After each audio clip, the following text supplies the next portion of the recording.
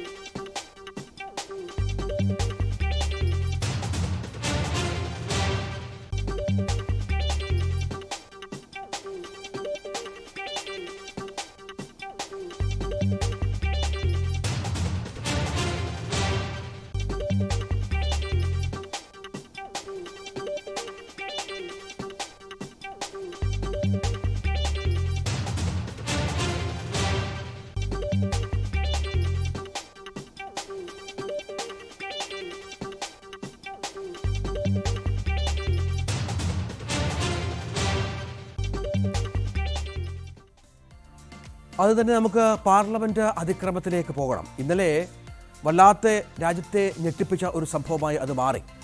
കാരണം സുരക്ഷാ വീഴ്ച അത് വളരെ കൃത്യമായി തന്നെ അതിൽ ഉണ്ടായിട്ടുണ്ട് എന്നത് വ്യക്തമാണ്. പാർലമെന്റ് പോലെ അതിപ്രധാനപ്പെട്ട ഒരു സ്ഥലത്ത് ഇത്തരത്തിൽ അക്രമികൾ കയറുകയും പാർലമെന്റ് സമ്മേളനത്തിനിടെ ഇത്തരം സംഭവങ്ങൾ നടത്തുകയും ചെയ്യുക എന്ന് പറയുന്നത് രാജ്യത്തിന് നാണക്കേടാണ്. സർക്കാരിനെ ചോദ്യം ചെയ്യത്തക്ക വിധത്തിൽ പ്രതിപക്ഷത്തിന് നൽകിയ ആയുധമാണ്. പ്രതിപക്ഷം ആ വിഷയം വലിയ സംഭവമായി എടുത്തിട്ടുണ്ട്. താനും നേരത്തെ പറഞ്ഞ പോലെ പ്രതിപക്ഷ കക്ഷികളുടെ യോഗം ഇന്ന് രാഷ്ട്രപതിയെ കാണുന്നുണ്ട്. ഒപ്പം യോഗം ചേരുന്ന പശ്ചാത്തലം കൂടി നമ്മൾ കണ്ടു. അവിടെ വിലയിരുത്തലുണ്ടാവും സ്വാഭാവികമായും. രാഷ്ട്രപതിയെ സുരക്ഷാ വീഴ്ച ബോധ്യപ്പെടുത്താനുള്ള ശ്രമത്തിലാണ് പ്രതിപക്ഷം. ഒപ്പം ഈ 5 പേരാണ് ഇപ്പോൾ പോലീസിൻ്റെ കസ്റ്റഡിയിലുള്ളത്. ഇവർ സോഷ്യൽ മീഡിയയിൽ കൂടിയാണ് പരിചയപ്പെട്ടത്. ഒപ്പം കേന്ദ്ര സർക്കാരിൻ്റെ പല നയങ്ങൾക്കെതിരെയുള്ള പ്രതിഷേധമാണ് തങ്ങൾ ഇത്തരത്തിൽ ഒരു അതിക്രമത്തിലേക്ക് കടക്കാൻ കാരണം എന്ന് അവർ വ്യക്തമാക്കിയിട്ടുണ്ട്. ഇന്ന് പ്രതികളെ ചോദ്യം ചെയ്തുകൊണ്ടിരിക്കുന്നു. സർക്കാർ നയങ്ങളോട് എതിർപ്പാണ് എന്നുള്ള കാര്യത്തിൽ പ്രതികൾ തന്നെ വ്യക്തമാക്കിയിട്ടുണ്ട്. നേരത്തെ പറഞ്ഞതുപോലെ സോഷ്യൽ മീഡിയയിൽ ഫേസ്ബുക്കിലൂടെയാണ് അവർ പരിചയപ്പെട്ടത്. 4 വർഷമായി ഇവർ തമ്മിൽ ബന്ധമുണ്ടായിരുന്നു. അതേസമയം പാർലമെന്റിൽ കേന്ദ്ര ആഭ്യന്തരമന്ത്രി അമിത്ഷാ പ്രസ്താവന നടത്തണമെന്ന് പ്രതിപക്ഷം ആവശ്യപ്പെട്ടിട്ടുണ്ട്. നമുക്കറിയാം, ഇന്നലെ ഈ സംഭവം നടക്കുമ്പോൾ അമിത്ഷായും നരേന്ദ്രമോദിയും പാർലമെന്റിൽ ഉണ്ടായിരുന്നില്ല. അതേസമയം രാഹുൽ ഗാന്ധി പാർലമെന്റ് സമ്മേളനത്തിൽ സന്നിഹിതനായിരുന്നാലും. സുബി വിശ്വനാഥ് വിവരങ്ങൾ പങ്കുവെക്കും. സുബി, നേരത്തെ പറഞ്ഞതുപോലെ നമ്മുടെ രാജ്യത്ത് തന്നെ ഞെട്ടിച്ച ഒരു സംഭവമാണ്. പല ചിന്തകൾക്കും ഈ സംഭവം പ്രത്യേകിച്ചും അതിന് അത്തരത്തിലുള്ള കാര്യങ്ങളിലേക്ക് മുന്നോട്ട് കൊണ്ടുപോകുന്നുണ്ട്. കാരണം പാർലമെന്റ് ആക്രമണ കേസിൻ്റെ വാർഷിക ദിനമായിരുന്നു. അവിടെ ഇത്രയധികം സുരക്ഷയുള്ള ഒരു സംവിധാനത്തിൽ എങ്ങനെ ഇവർ കടന്നു കയറി എന്നുള്ളത് വളരെ പ്രധാനപ്പെട്ട ഒന്നാണ്. ഏത് തരത്തിലുള്ള അന്വേഷണമാണ് ഇപ്പോൾ പുരോഗമിക്കുന്നത്?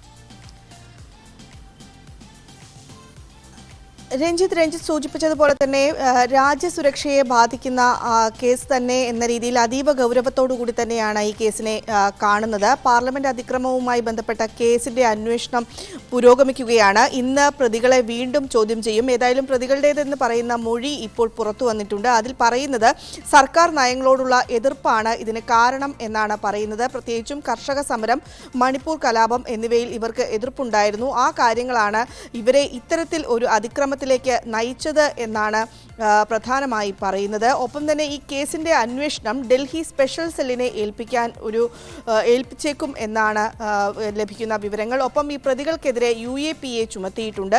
നിലവിൽ 5 പേരാണ് കസ്റ്റഡിയിലുള്ളത്. ലളിത് ഷാ എന്ന് പറയുന്ന മറ്റൊരാൾക്കെതിരെയുള്ള തിരച്ചിൽ വ്യാപകമാവുകയും ചെയ്തിട്ടുണ്ട്. ഏതായാലും സർക്കാർ നയങ്ങളോടുള്ള പ്രതിഷേധമാണ് ഇതിനുള്ള കാരണം. 4 വർഷങ്ങൾക്ക് മുമ്പാണ് ഈ പ്രതികൾ സംഘടിച്ചത്. സോഷ്യൽ മീഡിയ ഗ്രൂപ്പുകളിലൂടെയാണ് ഇവർ പരിചയപ്പെട്ടത് എന്നാണ് പോലീസ് നിലവിൽ കണ്ടെത്തിയിരിക്കുന്നത്. ഫേസ്ബുക്കിലൂടെയാണ് ഇവർ പരിചയപ്പെട്ടത്. നിരന്തരം ആശയവിനിമയം ഇവർ ഫേസ്ബുക്കിലൂടെ നടത്തിയിരുന്നു. ഇതുമായി ബന്ധപ്പെട്ട വിവരങ്ങളും ഇവർക്ക് ലഭിച്ചിരുന്നു. ഇവർ വ്യത്യസ്ത ട്രെയിനുകളിലാണ് ഈ ഡൽഹിയിലേക്ക് വന്നിരിക്കുന്നത്. ഇതിൽ അറസ്റ്റിലായ ഒരാൾ മൈസൂർ സ്വദേശിയാണ്, മറ്റൊരാൾ ലക്നൗ സ്വദേശിയാണ്. ഇവരെല്ലാം തന്നെ വ്യത്യസ്ത ട്രെയിനുകളിലായിട്ടാണ് ഡൽഹിയിലേക്ക് വന്നത്. അതിനുശേഷം അവിടെ നിന്നാണ് ഇവർ പാർലമെന്റ് ഹൗസിലേക്ക് എത്തുന്നത്. ഏതായാലും അതീവ ഗൗരവത്തോടു കൂടിയാണ് ഈ കേസിനെ നോക്കിക്കാണുന്നത്. ഈ കേസുമായി ബന്ധപ്പെട്ട അന്വേഷണം ഡൽഹി സ്പെഷ്യൽ സെല്ലിനെ ഏൽപ്പിച്ചേക്കും എന്ന വിവരങ്ങളാണ് പുറത്തുവരുന്നത്. പ്രതികൾക്കെതിരെ UAPA ചുമത്തിയിട്ടുണ്ട്. ഒപ്പം തന്നെ ഇതുമായി ബന്ധപ്പെട്ട് പ്രതിപക്ഷത്തിന്റെ പ്രതിഷേധവും ശക്തമായി തന്നെ തുടരുകയാണ്. ഈ പ്രതിപക്ഷം പറയുന്നത് കനത്ത സുരക്ഷാ വീഴ്ചയാണ് ഈ വിഷയത്തിൽ ഉണ്ടായിരിക്കുന്നത്. പാർലമെന്റിനകത്തേക്ക് അതിക്രമിച്ചു കയറുക എന്ന് പറയുമ്പോൾ എല്ലാവിധ സുരക്ഷാ സംവിധാനങ്ങളെയും മറികടന്ന് എങ്ങനെയാണ് ഈ പ്രതികൾക്ക് എത്താൻ സാധിച്ചത്? ഇതിൽ ഒരു BJP MP പ്രതാപ് സിംഹയുടെ പാസ് ഉപയോഗിച്ചാണ് ഈ പ്രതികൾ പാർലമെന്റിനകത്തേക്ക് കയറിയിരിക്കുന്നത്. ആ പാർലമെന്റ് MP രാജിവെക്കണം, അയാളെ പുറത്താക്കണം എന്നൊരു ആവശ്യം പ്രതിപക്ഷത്തിന്റെ ഭാഗത്തു നിന്ന് ഉയർന്നിട്ടുണ്ട്. ഒപ്പം രാഷ്ട്രപതിയെ ഒരുമിച്ച് കാണാനും പ്രതിപക്ഷം ശ്രമിക്കുന്നുണ്ട്. ഏതായാലും കേന്ദ്രമന്ത്രി അമിത്ഷാ ഈ വിഷയത്തിൽ പാർലമെന്റിനകത്ത് പ്രസ്താവന നടത്തണം എന്നൊരാവശ്യവും പ്രതിപക്ഷം ഉന്നയിച്ചിട്ടുണ്ട്. ഏതായാലും ഇന്ന് രാവിലെ 11 മണിക്കാണ് പാർലമെന്റ് ലോക്സഭ ചേരുക. ഇന്ന് ഇതുമായി ബന്ധപ്പെട്ട പ്രക്ഷോഭങ്ങളും പാർലമെന്റ് പ്രക്ഷുബ്ധമാകാനുള്ള ഒരു സാധ്യതയാണ് കാണുന്നത്. ഈ കൃത്യമായ ആസൂത്രണം നടത്തി എന്ന് പോലീസ് തന്നെ പറയുന്നുണ്ട് സുബി. കാരണം 6 പേരും 4 വർഷമായി സുഹൃത്തുക്കളാണ് എന്നുള്ളത് പ്രധാനപ്പെട്ട കാര്യമാണ്. ഈ പാർലമെൻറ്റിൽ കയറാൻ ഇവർ 3 മാസമായി ശ്രമിച്ചുകൊണ്ടിരിക്കുന്ന പശ്ചാത്തലമുണ്ട്. സമൂഹ മാധ്യമങ്ങൾ വഴി പരിചയപ്പെട്ടതിന് ശേഷമാണ് ഈ ആസൂത്രണം. പാർലമെൻറ്റിൽ വരുന്നതിന് മുൻപ് ഇവർ ഗുരുഗ്രാമിലെ ഒരു വീട്ടിൽ, വിശാലിൻ്റെ വീട്ടിൽ, ഈ പ്രതികൾ ഒരാളായ വിശാലിൻ്റെ വീട്ടിൽ താമസിക്കുന്നു. ഒപ്പം ഈ 2 പേർക്ക് പാസ് അനുവദിക്കാനുള്ള അപേക്ഷ കൊടുക്കുന്നു. 45 മിനിറ്റ് സമയത്തേക്കുള്ള പാസുമായി 2 മണിക്കൂറിലേറെ സമയം ഇവർ സന്ദർശക ഗാലറിയിൽ ചെലവഴിക്കുന്നു. അങ്ങനെ നിരവധിയായ സുരക്ഷാ വീഴ്ചകൾ സംഭവിക്കുകയാണ്. പുതിയ പാർലമെൻറ്റ് മന്ദിരമാണ്. അവിടെ നമ്മൾ നേരത്തെ പറഞ്ഞതുപോലെ അതീവ സുരക്ഷാ മേഖലയാണ്. 3 തരത്തിലുള്ള സുരക്ഷാ പരിശോധനകൾക്ക് ശേഷമാണ് ഇവരെ അകത്തേക്ക് കയറ്റിവിടുന്നത്. അത് ഗൗരവതരമാണ്. എന്തൊക്കെ പറഞ്ഞാലും പ്രതിപക്ഷം ഉന്നയിക്കുന്ന ആരോപണങ്ങളിൽ കഴമ്പുണ്ട്. നമ്മുടെ MP-മാരാണ്, രാഹുൽ ഗാന്ധി അടക്കം സഭയിലുണ്ടായിരുന്നു. അപ്പോൾ ഇനി ഇത്തരം സംഭവങ്ങൾ ആവർത്തിക്കാതിരിക്കണം, അല്ലെങ്കിൽ ഈ സംഭവം എങ്ങനെ ഉണ്ടായി എന്നുള്ള അടക്കമുള്ള കാര്യങ്ങളിൽ വിശദമായ അന്വേഷണം വേണ്ടിവരും. അപ്പോൾ കേവലം പോലീസിൻ്റെ പരിധിയിൽ മാത്രം നിൽക്കുന്ന ഒരു സംഭവമാണോ എന്നുള്ള ചോദ്യവും വരും. സ്വാഭാവികമായും രഞ്ജിത്ത് സൂചിപ്പിച്ച കാര്യങ്ങളെല്ലാം തന്നെയുണ്ട്. ഇതിൻ്റെ ഭാഗമായി ഈ പാർലമെൻറ്റിനകത്തേക്കുള്ള സന്ദർശകരെ പ്രവേശിപ്പിക്കുന്നത് നിരോധിച്ചിട്ടുണ്ട്. അതിനി സമീപകാലത്ത്, അതായത് ഈ ഒരു പ്രശ്നം കെട്ടടങ്ങുന്നത് വരെ സന്ദർശകരെ പ്രവേശിപ്പിക്കില്ല എന്നാണ് മനസ്സിലാക്കാൻ സാധിക്കുന്നത്. അതിൻ്റെ ഭാഗമായുള്ള അന്വേഷണവും മറ്റും നടക്കുന്നുണ്ട്. എങ്ങനെയാണ് ഇത്രയും വലിയൊരു സുരക്ഷാ വീഴ്ചയുണ്ടായത്? പുകക്കുറ്റി ഷൂസിനകത്ത് ഒളിപ്പിച്ച് കടത്താൻ പ്രതികൾക്ക് എങ്ങനെയാണ് സാധിച്ചത്? പ്രത്യേകിച്ചും പുതിയ പാർലമെന്റ് മന്ദിരമാണ്. ഒപ്പം തന്നെ ഈ പ്രതികളുമായി ബന്ധപ്പെട്ട കൂടുതൽ വിവരങ്ങൾ പോലീസ് എടുത്തുകൊണ്ടിരിക്കുകയാണ്. ഗുരുഗ്രാമിലെ ഒരു വീട്ടിൽ ഇവർ ഒരുമിച്ച് ചേർന്നു. അവിടെ വെച്ചാണ് 2 പേർ പാസ് എടുത്ത് അകത്ത് കയറണം, 2 പേർ പുറത്ത് പ്രതിഷേധിച്ചാൽ മതി, ഈ പുകക്കുറ്റികൾ ഉപയോഗിച്ചാൽ മതി എന്നതുൾപ്പെടെയുള്ള കാര്യങ്ങളിലേക്ക് എത്തുന്നത്. ഇവർ സുഹൃത്തുക്കൾ എന്ന് പറയുമ്പോൾ സോഷ്യൽ മീഡിയയിലൂടെയാണ് ഇവർ പരിചയപ്പെട്ടത്. 4 വർഷങ്ങൾക്ക് മുമ്പാണ് പരിചയപ്പെട്ടത്, ഫേസ്ബുക്കിലൂടെ. അന്ന് മുതലാണ് ഇവർ സുഹൃത്തുക്കളായത് എന്നൊരു വിവരമാണ് പോലീസിന് ലഭിക്കുന്നത്. ഏതായാലും ഇതുമായി ബന്ധപ്പെട്ട അന്വേഷണം വലിയ തോതിലുള്ള അന്വേഷണത്തിലേക്ക് കടക്കുന്നു എന്നാണ് മനസ്സിലാക്കാൻ സാധിക്കുന്നത്. പ്രതികൾക്കെതിരെ UAPA ചുമത്തിയിട്ടുണ്ട്. രാജ്യത്തെ അതിക്രമിക്കാൻ ശ്രമിച്ചു എന്ന കേസ് എന്നതുൾപ്പെടെയുള്ള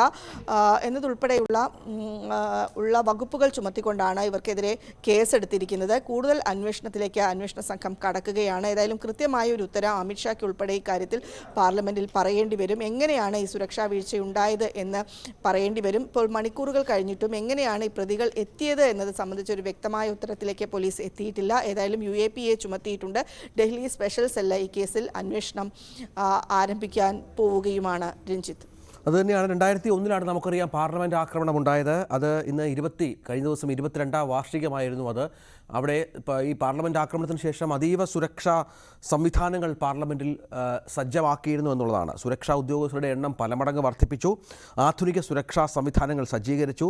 അത്യാധുനിക ആൻറ്റി ടെററിസ്റ്റ് വാഹനങ്ങളും ആയുധങ്ങളും സുരക്ഷാ ഉദ്യോഗസ്ഥരുടെ പക്കലുണ്ട്. പുതിയ പാർലമെൻറ്റ് മന്ദിരത്തിലാകട്ടെ നവീന സാങ്കേതിക വിദ്യകൾ ഉപയോഗിച്ചുള്ള സുരക്ഷാ സംവിധാനങ്ങളുണ്ട് എന്നുള്ളതാണ്. ഇതെല്ലാം മറികടന്ന് ഈ അക്രമികൾ എങ്ങനെ അകത്തേക്ക് കടന്നു എന്നുള്ളതാണ്. ഈ 5 പേരിൽ മാത്രം ഒതുങ്ങുകയാണോ സുബി അന്വേഷണം? മറ്റ് ആരുടെയെങ്കിലും പേരുകൾ ഇതുമായി ബന്ധപ്പെട്ട് വരുന്നുണ്ടോ? നിലവിൽ 5 പേരാണ് കസ്റ്റഡിയിലുള്ളത്. അറസ്റ്റ് ചെയ്യപ്പെട്ടിരിക്കുന്നത് 5 പേരാണ്. ഇനി മറ്റൊരാൾക്ക് വേണ്ടിയുള്ള അന്വേഷണത്തിലേക്ക് കടക്കുകയാണ്. ലളിത് ഷാ എന്നു പേരുള്ള അന്വേഷണത്തിലേക്ക്. ഇയാൾക്ക് ഈ കേസുമായി ബന്ധപ്പെട്ട് മുഖ്യ ആസൂത്രകരിൽ ഒരാളാണെന്നാണ് പോലീസ് കരുതുന്നത്. ഒപ്പം തന്നെ ഈ ഗൂഢാലോചന നടത്തിയതിലും ഇയാൾക്ക് കൃത്യമായ പങ്കുണ്ട്. അയാൾക്ക് വേണ്ടിയുള്ള അന്വേഷണം പോലീസ് ആരംഭിച്ചിരിക്കുകയാണ്.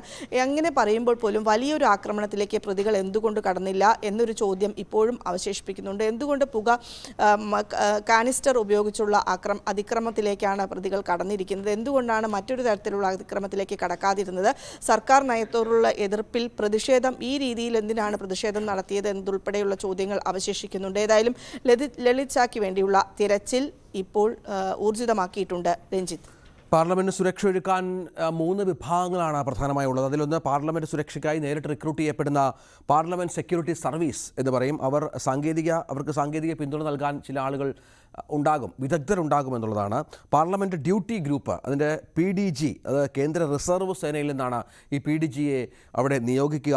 പ്രത്യേക പരിശീലനം നേടി 1500 കമാൻഡോകൾ അവിടെ ഉണ്ട് എന്നുള്ളതാണ് പ്രധാനപ്പെട്ട കാര്യം. മറ്റൊന്ന് ഡൽഹി പോലീസാണ്. അവർ 3ാം വിഭാഗമാണ്. ട്രാഫിക് നിയന്ത്രണവും സന്ദർശകരുടെ പരിശോധനയും ഒക്കെ ഡൽഹി പോലീസിൻ്റെ, അതായത് പാർലമെന്റ് പുറത്തടക്കം അകത്തേക്ക് സന്ദർശകർ കയറ്റിവിടുന്ന അടക്കമുള്ള കാര്യങ്ങൾ നിയന്ത്രിക്കുന്നത് ഡൽഹി പോലീസാണ്. ഈ സമ്മേളന ഘട്ടങ്ങളിൽ സംസ്ഥാനങ്ങളിൽ നിന്ന് ഡെപ്യൂട്ടേഷനിലുമൊക്കെ എത്തുന്ന നിരവധി ആളുകളുണ്ട്. അപ്പോൾ സ്വാഭാവികമായും ഈ സമയങ്ങളിൽ സുരക്ഷ വർദ്ധിപ്പിക്കും. അപ്പം ഈ പ്രധാനമന്ത്രിയൊക്കെ ഈ സ്ഥലത്ത് ഇവിടെ ഉള്ള സമയത്ത് മന്ദിരത്തിൻ്റെ ചില വഴികൾ പൂർണ്ണമായും അടച്ചാണ് കർശനമായ പഴുതടച്ച സുരക്ഷാ സംവിധാനങ്ങൾ സൃഷ്ടിക്കുക. അങ്ങനെ ഒരുപാട് സുരക്ഷാ ക്രമീകരണങ്ങളുള്ള ഒരു സ്ഥലത്താണ് ഇത്തരത്തിൽ ഒരു അതിക്രമം നടന്നത് എന്നുള്ളത് വളരെ പ്രധാനപ്പെട്ടതാണ്. സാധാരണക്കാരാണ് എങ്കിൽ പോലും മറ്റൊരു തരത്തിലുള്ള അതിക്രമങ്ങൾ പോലും സംഭവിച്ചേക്കാം. ഇനിയും കാര്യങ്ങൾ കൂടുതൽ വ്യക്തമായി വിലയിരുത്തിയില്ലെങ്കിൽ എന്ന മുന്നറിയിപ്പ് കൂടി ഈ അതിക്രമം നൽകുന്നു എന്നുള്ളതാണ് പ്രധാനപ്പെട്ട വിവരം. സുവി വിശ്വനാഥാണ് വിവരങ്ങൾ പങ്കുവച്ചത്. നമുക്ക് മറ്റൊരു പ്രധാനപ്പെട്ട വാർത്തയിലേക്ക് പോകണം. ശബരിമലയിൽ തിരക്ക് നിയന്ത്രണ വിധേയമാകുന്നു. ഇന്നലെ സന്നിധാനത്തെത്തിയത് 93,900 പേരാണ്. കൂടുതൽ വിവരങ്ങളുമായി സന്നിധാനത്ത് നിന്ന് CV അനുമോദ് ചേരുന്നുണ്ട്. അനുമോദ്, ഇന്നലെയും 90,000-ന് മുകളിൽ ആളുകൾ ദർശനം നടത്തി. പക്ഷേ അതിന് മുൻപുള്ള 4 ദിവസങ്ങളിലെ പ്രശ്നങ്ങൾ ഉണ്ടായില്ല. സന്നിധാനത്തായാലും മറ്റ് പ്രദേശങ്ങളിലായാലും ഇപ്പോൾ കാര്യങ്ങൾ കുറച്ചുകൂടി നിയന്ത്രണ വിധേയമായോ?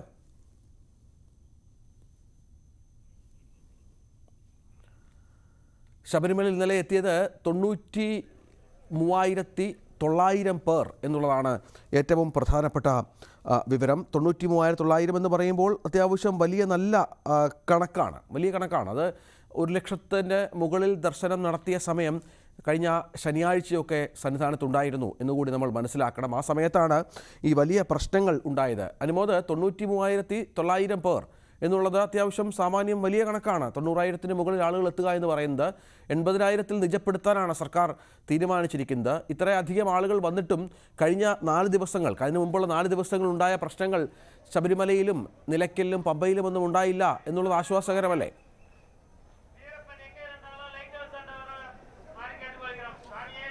രഞ്ജിത്ത്, ഇപ്പോൾ ലഭിച്ചിരിക്കുന്ന കണക്ക് 93,900 എന്ന കണക്ക് ഇതുവരെ പോലീസ് രേഖപ്പെടുത്തിയതിൽ വെച്ച് ഏറ്റവും വലിയ സംഖ്യകളിൽ ഒന്ന് തന്നെയാണ്.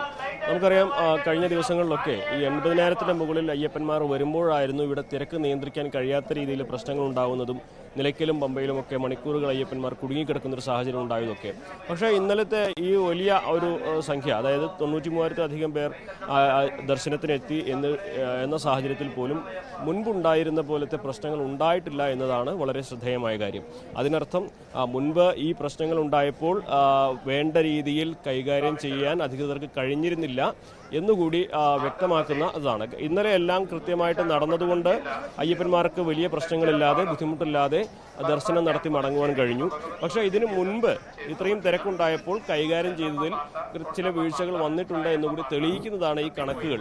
എന്ന് തന്നെയാണെങ്കിലും നിലവിലെ സാഹചര്യത്തിൽ ഇപ്പോൾ അയ്യപ്പന്മാരുടെ ഒഴുക്ക് അല്പം കുറഞ്ഞിട്ടുണ്ട്. ഇന്ന് രാവിലെ, അതായത് ഇന്നലെ രാത്രി മുതൽ ഇന്ന് രാവിലെ 6 മണി വരെയുള്ള കണക്ക് പ്രകാരം 21,000-ലധികം പേരാണ് സന്നിധാനത്തേക്ക് എത്തിയിട്ടുള്ളത്. ഇന്നലത്തെ അത്ര തിരക്കൊന്നും ഉണ്ടാകില്ല എന്നൊരു വിലയിരുത്തലാണ് പോലീസിന്റെ ഭാഗത്തും ഉള്ളത്. അതുപോലെ തന്നെ മറ്റൊരു പ്രധാനപ്പെട്ട കാര്യം, ദേവസ്വം മന്ത്രി കെ രാധാകൃഷ്ണനും സന്നിധാനത്ത് എത്തിക്കഴിഞ്ഞിരിക്കുന്നു. അദ്ദേഹം ഇന്ന് പുലർച്ചെയാണ് സന്നിധാനത്ത് എത്തിയത്. ഇന്ന് രാവിലെ അദ്ദേഹം ദേവസ്വം അധികൃതരുമായിട്ടും ഉദ്യോഗസ്ഥരുമായിട്ടും യോഗം ചേരും. അതിനുശേഷം മാധ്യമങ്ങളെ കാണുമെന്നാണ് നമ്മൾ കരുതുന്നത്. ഇന്ന് പുലർച്ചെയാണ് അദ്ദേഹം എത്തിയിട്ടുള്ളതുകൊണ്ട് തന്നെ അദ്ദേഹത്തിൻ്റെ സന്ദർശനം ദേവസ്വത്തിലെ ഈ ശബരിമലയിലെ പ്രധാന സ്ഥലങ്ങളിൽ അദ്ദേഹം സന്ദർശനം നടത്തുവാനുള്ള സാധ്യതയും കാണുന്നുണ്ട്. അത്തരത്തിലാണ് ഇവിടുത്തെ കാര്യങ്ങൾ ഇപ്പോൾ പുരോഗമിക്കുന്നത്. തിരക്ക് ഇന്ന് കഴിഞ്ഞ ദിവസത്തെ അപേക്ഷിച്ച് കുറവാണ്. മിനിറ്റിൽ 60-ലേറെ അയ്യപ്പന്മാരെ 18-ാം പടി കയറ്റിവിടുന്നുണ്ട്. നല്ല വേഗത്തിൽ തന്നെയാണ് കാര്യങ്ങൾ നടക്കുന്നത്. ആശ്വാസകരമായ സാഹചര്യം തന്നെയാണ് ഇന്നിപ്പോൾ സന്നിധാനത്ത് നമുക്ക് രാവിലെ റിപ്പോർട്ട് ചെയ്യാനുള്ളത്. ഈ ദേവസ്വം മന്ത്രിയുടെ സാന്നിധ്യം അനുമോദ് പറഞ്ഞതുപോലെ സന്നിധാനത്തുണ്ട്. അദ്ദേഹം ഈ നവകേരള യാത്രയ്ക്കൊപ്പമായിരുന്നു കഴിഞ്ഞ കുറേ ദിവസങ്ങളിൽ. ദേവസ്വം മന്ത്രി ഇനി ഈ ഒരുപക്ഷെ കുറച്ച് ദിവസം കൂടി ഇവിടെ തുടർന്നേക്കാം. കാരണം അത്രത്തോളം സർക്കാർ പഴികേട്ട ഒരു സംവിധാനമാണ് ഉണ്ടായത്. ഒപ്പം പുതിയ പോലീസ് ഉദ്യോഗസ്ഥർ, ഉന്നതതലത്തിലുള്ള പോലീസ് ഉദ്യോഗസ്ഥർ പമ്പയിലും സന്നിധാനത്തും മറ്റും ചുമതല ഏറ്റെടുത്ത് കഴിഞ്ഞു. മറ്റ് ഇനിയുള്ളത് നമുക്ക് മനസ്സിലാകും. നാളെയും മറ്റന്നാളുമായി തിരക്ക് കൂടും, സ്വാഭാവികമാണ്. വീക്കെൻഡാണ്, ആളുകൾ കൂടുതലായി എത്താനുള്ള പശ്ചാത്തലമുണ്ട്. അപ്പോൾ കൂടുതൽ ക്രമീകരണങ്ങൾ ഏർപ്പെടുത്തേണ്ടതുണ്ട്, കൂടുതൽ പോലീസ് സന്നാഹം വേണ്ടതുണ്ട്, ഏകോപനം വേണ്ടതുണ്ട്, പരാതികൾ പരിഹരിക്കേണ്ടതുണ്ട്. അപ്പോൾ എന്തെങ്കിലും കൂടുതലായി ആലോചിക്കുന്നുണ്ടോ സർക്കാരും ദേവസ്വം ബോർഡും? രഞ്ജിത്ത്, ഇന്ന് പുതിയ SO ആയിട്ട് SP സുദർശൻ ഇന്ന് ചാർജ് എടുക്കുമെന്നാണ് അറിയാൻ കഴിയുന്നത്. സ്വാഭാവികമായിട്ടും കൂടുതൽ പോലീസിനെ വിന്യസിക്കേണ്ട സാഹചര്യങ്ങൾ ദേവസ്വം മന്ത്രിയുടെ അധ്യക്ഷതയിൽ തന്നെ പരിശോധിക്കും. ഇതൊരു എന്തുകൊണ്ട് മുൻപ് ഈ ഒരു പിഴവ് സംഭവിച്ചു എന്ന് മനസ്സിലാക്കി അത് തിരുത്തുകയാണ് ദേവസ്വം അധികൃതർ ചെയ്യുന്നത്. കഴിഞ്ഞ ദിവസം എടുത്ത നടപടികൾ ഈ ഒരു തിരക്ക് നിയന്ത്രിക്കുന്നതിൽ പര്യാപ്തമായിരുന്നു എന്ന് ഇന്നലത്തെ സാഹചര്യം തന്നെ തെളിയിക്കുന്നുണ്ട്. സ്വാഭാവികമായിട്ടും അപ്പോൾ ഇന്നലെ കൈക്കൊണ്ട നടപടികൾ അത് എവിടെയെല്ലാം ഇനി കൂടുതൽ സ്ട്രെങ്തൻ ചെയ്യണം, എവിടെയെല്ലാം കൂടുതൽ സൗകര്യങ്ങൾ ഒരുക്കണം എന്നീ കാര്യങ്ങളൊക്കെ ആയിരിക്കും പരിശോധിക്കുക. ഈ കൂടുതൽ അയ്യപ്പന്മാർ ഇനിയുള്ള ദിവസങ്ങളിൽ, നമുക്കറിയാം ഇതിപ്പോൾ ഡിസംബറിൻ്റെ പകുതിയാകുന്നതേ ഉള്ളൂ. ഇനി ക്രിസ്മസ് വെക്കേഷനൊക്കെ വരാനിരിക്കുകയാണ്. മണ്ഡലപൂജ ഡിസംബർ 27-നാണ്. അപ്പോൾ അതിനൊക്കെ മുൻപ് കൂടുതൽ അയ്യപ്പന്മാർ ഇവിടെ എത്തുന്ന സാഹചര്യം മനസ്സിലാക്കിക്കൊണ്ട് വേണ്ട മുന്നൊരുക്കങ്ങൾ നടത്തുക. മുന്നൊരുക്കങ്ങൾ എന്ന് വെച്ചാൽ ഇനിയിപ്പോൾ പെട്ടെന്ന് സൗകര്യങ്ങൾ ഒരുക്കുക എന്നുള്ളത് ഈ ഒരു സാഹചര്യത്തിൽ അസാധ്യമാണ്. ഉള്ള സൗകര്യങ്ങൾ ഭദ്രമായിട്ട് വിനിയോഗിക്കാനുള്ളൊരു സാഹചര്യം ഒരുക്കുക, കൂടുതൽ സന്നാഹങ്ങളെ ഒരുക്കുക, നിലവിലെ ക്യൂ കോംപ്ലക്സ് അടക്കമുള്ള കേന്ദ്രങ്ങളിൽ കുറവെന്താണോ അത് പരിഹരിക്കുക. അപ്പോൾ അത്തരം കാര്യങ്ങളൊക്കെ ആയിരിക്കും എന്താണെങ്കിലും ദേവസ്വത്തിൻ്റെ ഭാഗത്തുനിന്നും മന്ത്രിയുടെ ഭാഗത്തുനിന്നൊക്കെയുള്ള ശ്രദ്ധ പ്രധാനപ്പെട്ട സംഗതികൾ. എന്തുതന്നെയാണെങ്കിലും ഇന്ന് പ്രധാനപ്പെട്ട ദിവസം തന്നെയാണ്. മന്ത്രി കെ രാധാകൃഷ്ണൻ്റെ അധ്യക്ഷതയിൽ പുതിയ SO കൂടി എത്തിയ ശേഷം അദ്ദേഹത്തിൻ്റെ കൂടി സാന്നിധ്യത്തിലായിരിക്കും യോഗം ചേരുക. അതിനുശേഷം എന്തെല്ലാം കാര്യങ്ങൾ നടപ്പാക്കുമെന്ന്, എന്തെല്ലാം കാര്യങ്ങളിൽ തിരുത്തൽ വരുത്തണമെന്നൊക്കെ തീരുമാനങ്ങൾ ഉണ്ടാകുമെന്നാണ് അറിയാൻ കഴിയുന്നത്. ഏറ്റവും പ്രധാനപ്പെട്ട കാര്യം സന്നിധാനത്തെ തിരക്ക് നിയന്ത്രണ വിധേയമാക്കുക എന്നതാണ് ഇവിടുത്തെ എല്ലാ പ്രവർത്തനങ്ങളുടെയും ആകെത്തുകയായിട്ട് നമുക്ക് പറയുന്നത്. അങ്ങനെ തിരക്ക് നിയന്ത്രണ വിധേയമാക്കാൻ ശ്രമിച്ചതിൻ്റെ ഭാഗമായിട്ടാണ് നിലയ്ക്കലും മുംബൈയിലും ഒക്കെ മണിക്കൂറുകൾ നീളുന്ന ക്യൂവും ആളുകൾ കാത്തിരിപ്പൊക്കെ വന്നത്. അപ്പോഴെന്താണെങ്കിലും സന്നിധാനത്ത് നിലവിലെ സൗകര്യങ്ങളിൽ എന്തെല്ലാം കൂടുതൽ മാറ്റങ്ങൾ വരുത്തണം, എന്തെല്ലാം കൂടുതൽ മെച്ചപ്പെടുത്തണം എന്ന കാര്യത്തിൽ എന്താണെങ്കിൽ ദേവസ്വം മന്ത്രിയുടെ അധ്യക്ഷതയിൽ അവലോകന യോഗം ചേരും. അതിനുശേഷം അദ്ദേഹം മാധ്യമങ്ങളെ കാണുമെന്നാണ് അറിയിച്ചിട്ടുള്ളത്. തീർച്ചയായും അതാണ് പ്രധാനപ്പെട്ട കാര്യം. ദേവസ്വം മന്ത്രിയുടെ അധ്യക്ഷതയിൽ യോഗം ചേരും, അദ്ദേഹം മാധ്യമങ്ങളെ കാണുകയും ചെയ്യും. ശബരിമലയിലെ തിരക്ക് നിയന്ത്രണത്തിൽ സ്വമേധയാ എടുത്ത കേസ് ഹൈക്കോടതി ഇന്ന് പരിഗണിക്കും. വെർച്വൽ ക്യൂ, സ്പോട്ട് ബുക്കിംഗുകളെ സംബന്ധിച്ച തൽസ്ഥിതി റിപ്പോർട്ട് പോലീസ് ദേവസ്വം ബെഞ്ചിന് സമർപ്പിക്കും. പോലീസ് നിയന്ത്രണങ്ങളെ സംബന്ധിച്ചും സർക്കാർ വിശദീകരിക്കും. പമ്പയിലെയും സന്നിധാനത്തെയും എക്സിക്യൂട്ടീവ് മജിസ്ട്രേറ്റുമാർ അവിടെ ഹാജരാകണം എന്നുള്ളതാണ് പ്രധാനപ്പെട്ട വിവരങ്ങളുമായി ഡാനി പോൾ ചേരുന്നു. ഡാനി, ഇന്നലെ കോടതി ചില പരാമർശങ്ങൾ നടത്തിയിരുന്നു. സർക്കാരിന് വിമർശനമുണ്ടായിരുന്നു. ഏകോപനമില്ലായ്മയെക്കുറിച്ചൊക്കെ കോടതി പറഞ്ഞു എന്നാണ് മനസ്സിലാക്കുന്നത്. എന്ത് പ്രതീക്ഷിക്കണം ഇന്ന് കോടതിയിൽ നിന്ന്? എന്തൊക്കെ വാദങ്ങളാണ് ADGPയും ദേവസ്വം ബോർഡും സർക്കാരും കോടതിയുടെ മുന്നിൽ ബോധ്യപ്പെടുത്താൻ ശ്രമിച്ചത്?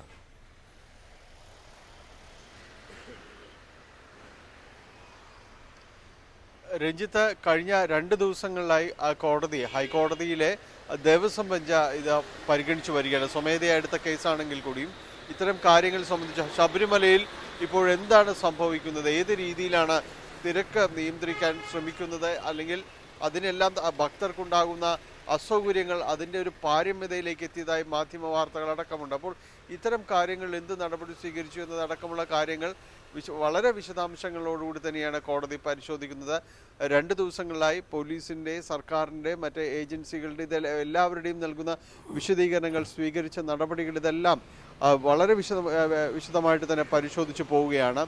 ഇന്ന് പ്രധാനമായും തന്നെ ഈ വെർച്വൽ ക്യൂ, അതോടൊപ്പം തന്നെ സ്പോട്ട് ബുക്കിംഗ്, ഇതിലാണ് കഴിഞ്ഞ ദിവസങ്ങളിൽ സർക്കാരിന് ഏറെ പഴികേട്ട ഒരു കാര്യം അതുതന്നെയായിരുന്നു. ഇതിൽ വലിയ രീതിയിലുള്ളൊരു വീഴ്ച സംഭവിക്കുന്നതായി തന്നെയാണ് കോടതി കണ്ടിട്ടുള്ളത്. കാരണം ഇതിൽ ബുക്ക് ചെയ്യാനും അല്ലാതെയും വരുന്നവർ ഈ സ്ഥലത്തേക്ക് പലപ്പോഴും എത്തുന്നുണ്ട്. പക്ഷേ എല്ലാവർക്കും ദർശനം വേണ്ടി തന്നെയാണ് എത്തുന്നത്.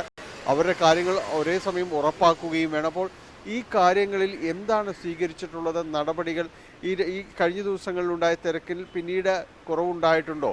ഈ സ്പോട്ട് ബുക്കിംഗ്, അതോടൊപ്പം തന്നെ വെർച്വൽ ക്യൂ, ഇത്തരം കാര്യങ്ങളിൽ ഒരു ഏകോപനം എത്രമാത്രം വന്നിട്ടുണ്ട് എന്നതടക്കമുള്ള കാര്യങ്ങൾ പോലീസ് കൃത്യമായ രീതിയിൽ വിശദീകരിക്കണം, റിപ്പോർട്ട് അടക്കം സമർപ്പിക്കുകയും ചെയ്യും. പോലീസിനെ കൊണ്ട് സ്വീകരിച്ച നടപടികൾ, ഒപ്പം തന്നെ കൂടുതൽ പോലീസ് ഉദ്യോഗസ്ഥരെ അവിടെ നിയോഗിക്കണം. പ്രത്യേകിച്ച് ഇത്തരം കാര്യങ്ങൾ കൈകാര്യം ചെയ്ത സന്നിധാനത്തും മറ്റും അടക്കമുള്ള ഈ തിരക്ക് നിയന്ത്രിക്കാനും അതിനെല്ലാം തന്നെ കഴിവുള്ള മുൻപരിചയമുള്ള ഉദ്യോഗസ്ഥരെ തന്നെ ഇവിടെ നിയോഗിക്കണമെന്നതടക്കമുള്ള നിരീക്ഷണങ്ങൾ ഉണ്ടായിരുന്നു. അപ്പോൾ അത്തരം കാര്യങ്ങളിലെല്ലാം തന്നെ എന്തുമാത്രം മുന്നോട്ട് പോകാൻ നടപടികളിലേക്ക് കഴിഞ്ഞിട്ടുണ്ട് എന്നതടക്കമുള്ള കാര്യങ്ങൾ സർക്കാരടക്കം വിശദീകരിക്കുകയും ചെയ്യും. പാർക്കിംഗ് സംവിധാനം വലിയൊരു വിഷയം തന്നെയാണ്. നിലയ്ക്കലിനും മറ്റുമുള്ള പാർക്കിംഗ് സംവിധാനവും ഈ ലാഹ ഇലവുങ്കൽ റോഡ് ഈ തുടങ്ങിയ ഇവിടങ്ങളിലെല്ലാമുള്ള ഗതാഗത പരിഷ്കരണവും ഇതെല്ലാം വലിയ രീതിയിലുള്ളൊരു കുരുക്കിന് ഈ മേഖലയിലെല്ലാം കാരണമാകുന്നുണ്ട്. ഒപ്പം പലർക്കും തന്നെ മണിക്കൂറുകളോളം ഭക്തർക്ക് ബസ്സുകളിലും അവർ വന്നിരിക്കുന്ന വാഹനങ്ങളിലും അടക്കം കഴിയേണ്ടി വരുന്നുണ്ട്. മതിയായ യാത്രാ സംവിധാനം ഒരുക്കുന്നില്ല KSRTC അടക്കമുള്ള KSRTC എന്ന പരാതിയുണ്ട്. ഇത്തരം കാര്യങ്ങളിൽ എന്ത് ഇടപെടലുകൾ ഉണ്ടായി എന്നതടക്കം KSRTCയോടും വിശദീകരണം നൽകും. ഒപ്പം തന്നെയും സന്നിധാനത്തെയും അതോടൊപ്പം തന്നെ നിലയ്ക്കലിലെയും എല്ലാം വിശദാംശങ്ങൾ എക്സിക്യൂട്ടീവ് മജിസ്ട്രേറ്റുമാർ വിശദാംശങ്ങൾ സമർപ്പിക്കാനായിട്ട് ആവശ്യപ്പെട്ടിട്ടുണ്ട്. അവരോട് നേരിട്ടെത്തി ഇത്തരം കാര്യങ്ങൾ വിശദീകരിക്കണം എന്നതടക്കമുള്ള കാര്യങ്ങൾ കോടതി ആവശ്യപ്പെട്ടിട്ടുണ്ട്. വളരെ ഗൗരവത്തോടു കൂടിയാണ് ഈ വിഷയത്തിൽ കോടതി ഇടപെടുന്നത്. മുൻകാല ഉത്തരവുകൾ സംബന്ധിച്ച് നിലവിലുണ്ട്. ആ ഉത്തരവുകളിൽ എന്തെല്ലാം നടപടികൾ സ്വീകരിച്ചു, അങ്ങനെ കാര്യമാത്ര പ്രസക്തമായ ഇടപെടലുകൾ ഉണ്ടായില്ല എന്ന ഭക്തർക്കടക്കം വലിയ രീതിയിലുള്ള പരാതികളുണ്ട്, ആരോപണങ്ങളുണ്ട്. വിവിധ രാഷ്ട്രീയ കക്ഷി നേതാക്കളടക്കം അവിടെ സന്ദർശിക്കുകയും അവരും ഇതേ കാര്യങ്ങൾ തന്നെ ഉയർത്തുകയും ചെയ്യുന്നുണ്ട്. ഈ ക്യൂ കോംപ്ലക്സിൽ മതിയായ രീതിയിലുള്ള സംവിധാനങ്ങളില്ല. പലപ്പോഴും അവർക്ക് വെള്ളവും ബിസ്ക്കറ്റും എല്ലാം, ലഘുഭക്ഷണം അതെല്ലാം നൽകണമെന്നതടക്കം നേരത്തെയും നിർദ്ദേശിച്ചിട്ടുണ്ട്. പലപ്പോഴും നടപ്പാകുന്നില്ല, വലിയ ബുദ്ധിമുട്ടുകൾ ഉണ്ടാകുന്നുണ്ട്. അപ്പോൾ ഇത്തരം കാര്യങ്ങളിൽ ദേവസ്വം ബോർഡ് അടക്കം, തിരുവിതാംകൂർ ദേവസ്വം ബോർഡ് അടക്കം വിശദീകരണം നൽകേണ്ടതുണ്ട്. പത്തനംതിട്ട RTO ഗതാഗത സംവിധാനങ്ങളിൽ വരുത്തിയ മാറ്റങ്ങൾ, പാർക്കിംഗ് സംവിധാനങ്ങൾ, ബദൽ സംവിധാനങ്ങൾ കണ്ടെത്താൻ കഴിഞ്ഞു, പൂർണ്ണമായും നിലവിലുള്ളവ ഉപയോഗപ്പെടുത്തുന്നുണ്ടോ, അങ്ങനെ മുഴുവനായും തന്നെ ഇത്തരം കാര്യങ്ങൾ വിശദീകരിക്കണം. പൊതുവിൽ ഇന്ന് രാവിലെ ഇത്തരം കാര്യങ്ങളെല്ലാം തന്നെ കോടതിയുടെ ഒരു ഇടപെടൽ, ഇടക്കാല ഉത്തരവ് അടക്കമാണ് പ്രതീക്ഷിക്കുകയും ചെയ്യുന്നത്. രാവിലെ 10:30 മുൻപായിട്ട് ദേവസ്വം ബെഞ്ച്, ഇതിൽ അനിൽ K. നരേന്ദ്രനും G. ഗിരീഷും ഉൾപ്പെട്ട ദേവസ്വം ബെഞ്ച് ഇത് പരിഗണിക്കുകയും ചെയ്യും. രഞ്ജിത്ത, കോടതിയുടെ ഇടപെടൽ ഏത് തരത്തിൽ ശബരിമല വിഷയത്തിൽ ഉണ്ടാകുമെന്നുള്ളത് കാത്തിരുന്ന് കാണണം. കോടതിയിൽ നിന്ന് വളരെ കൃത്യമായി നിരീക്ഷണം ഇതുമായി ബന്ധപ്പെട്ടുണ്ടാകുമെന്ന് പ്രതീക്ഷിക്കാം. ഇടവേളയാണ്. കൂടുതൽ വാർത്തകൾക്കും വിശദാംശങ്ങൾക്കും malayalam.news18.com.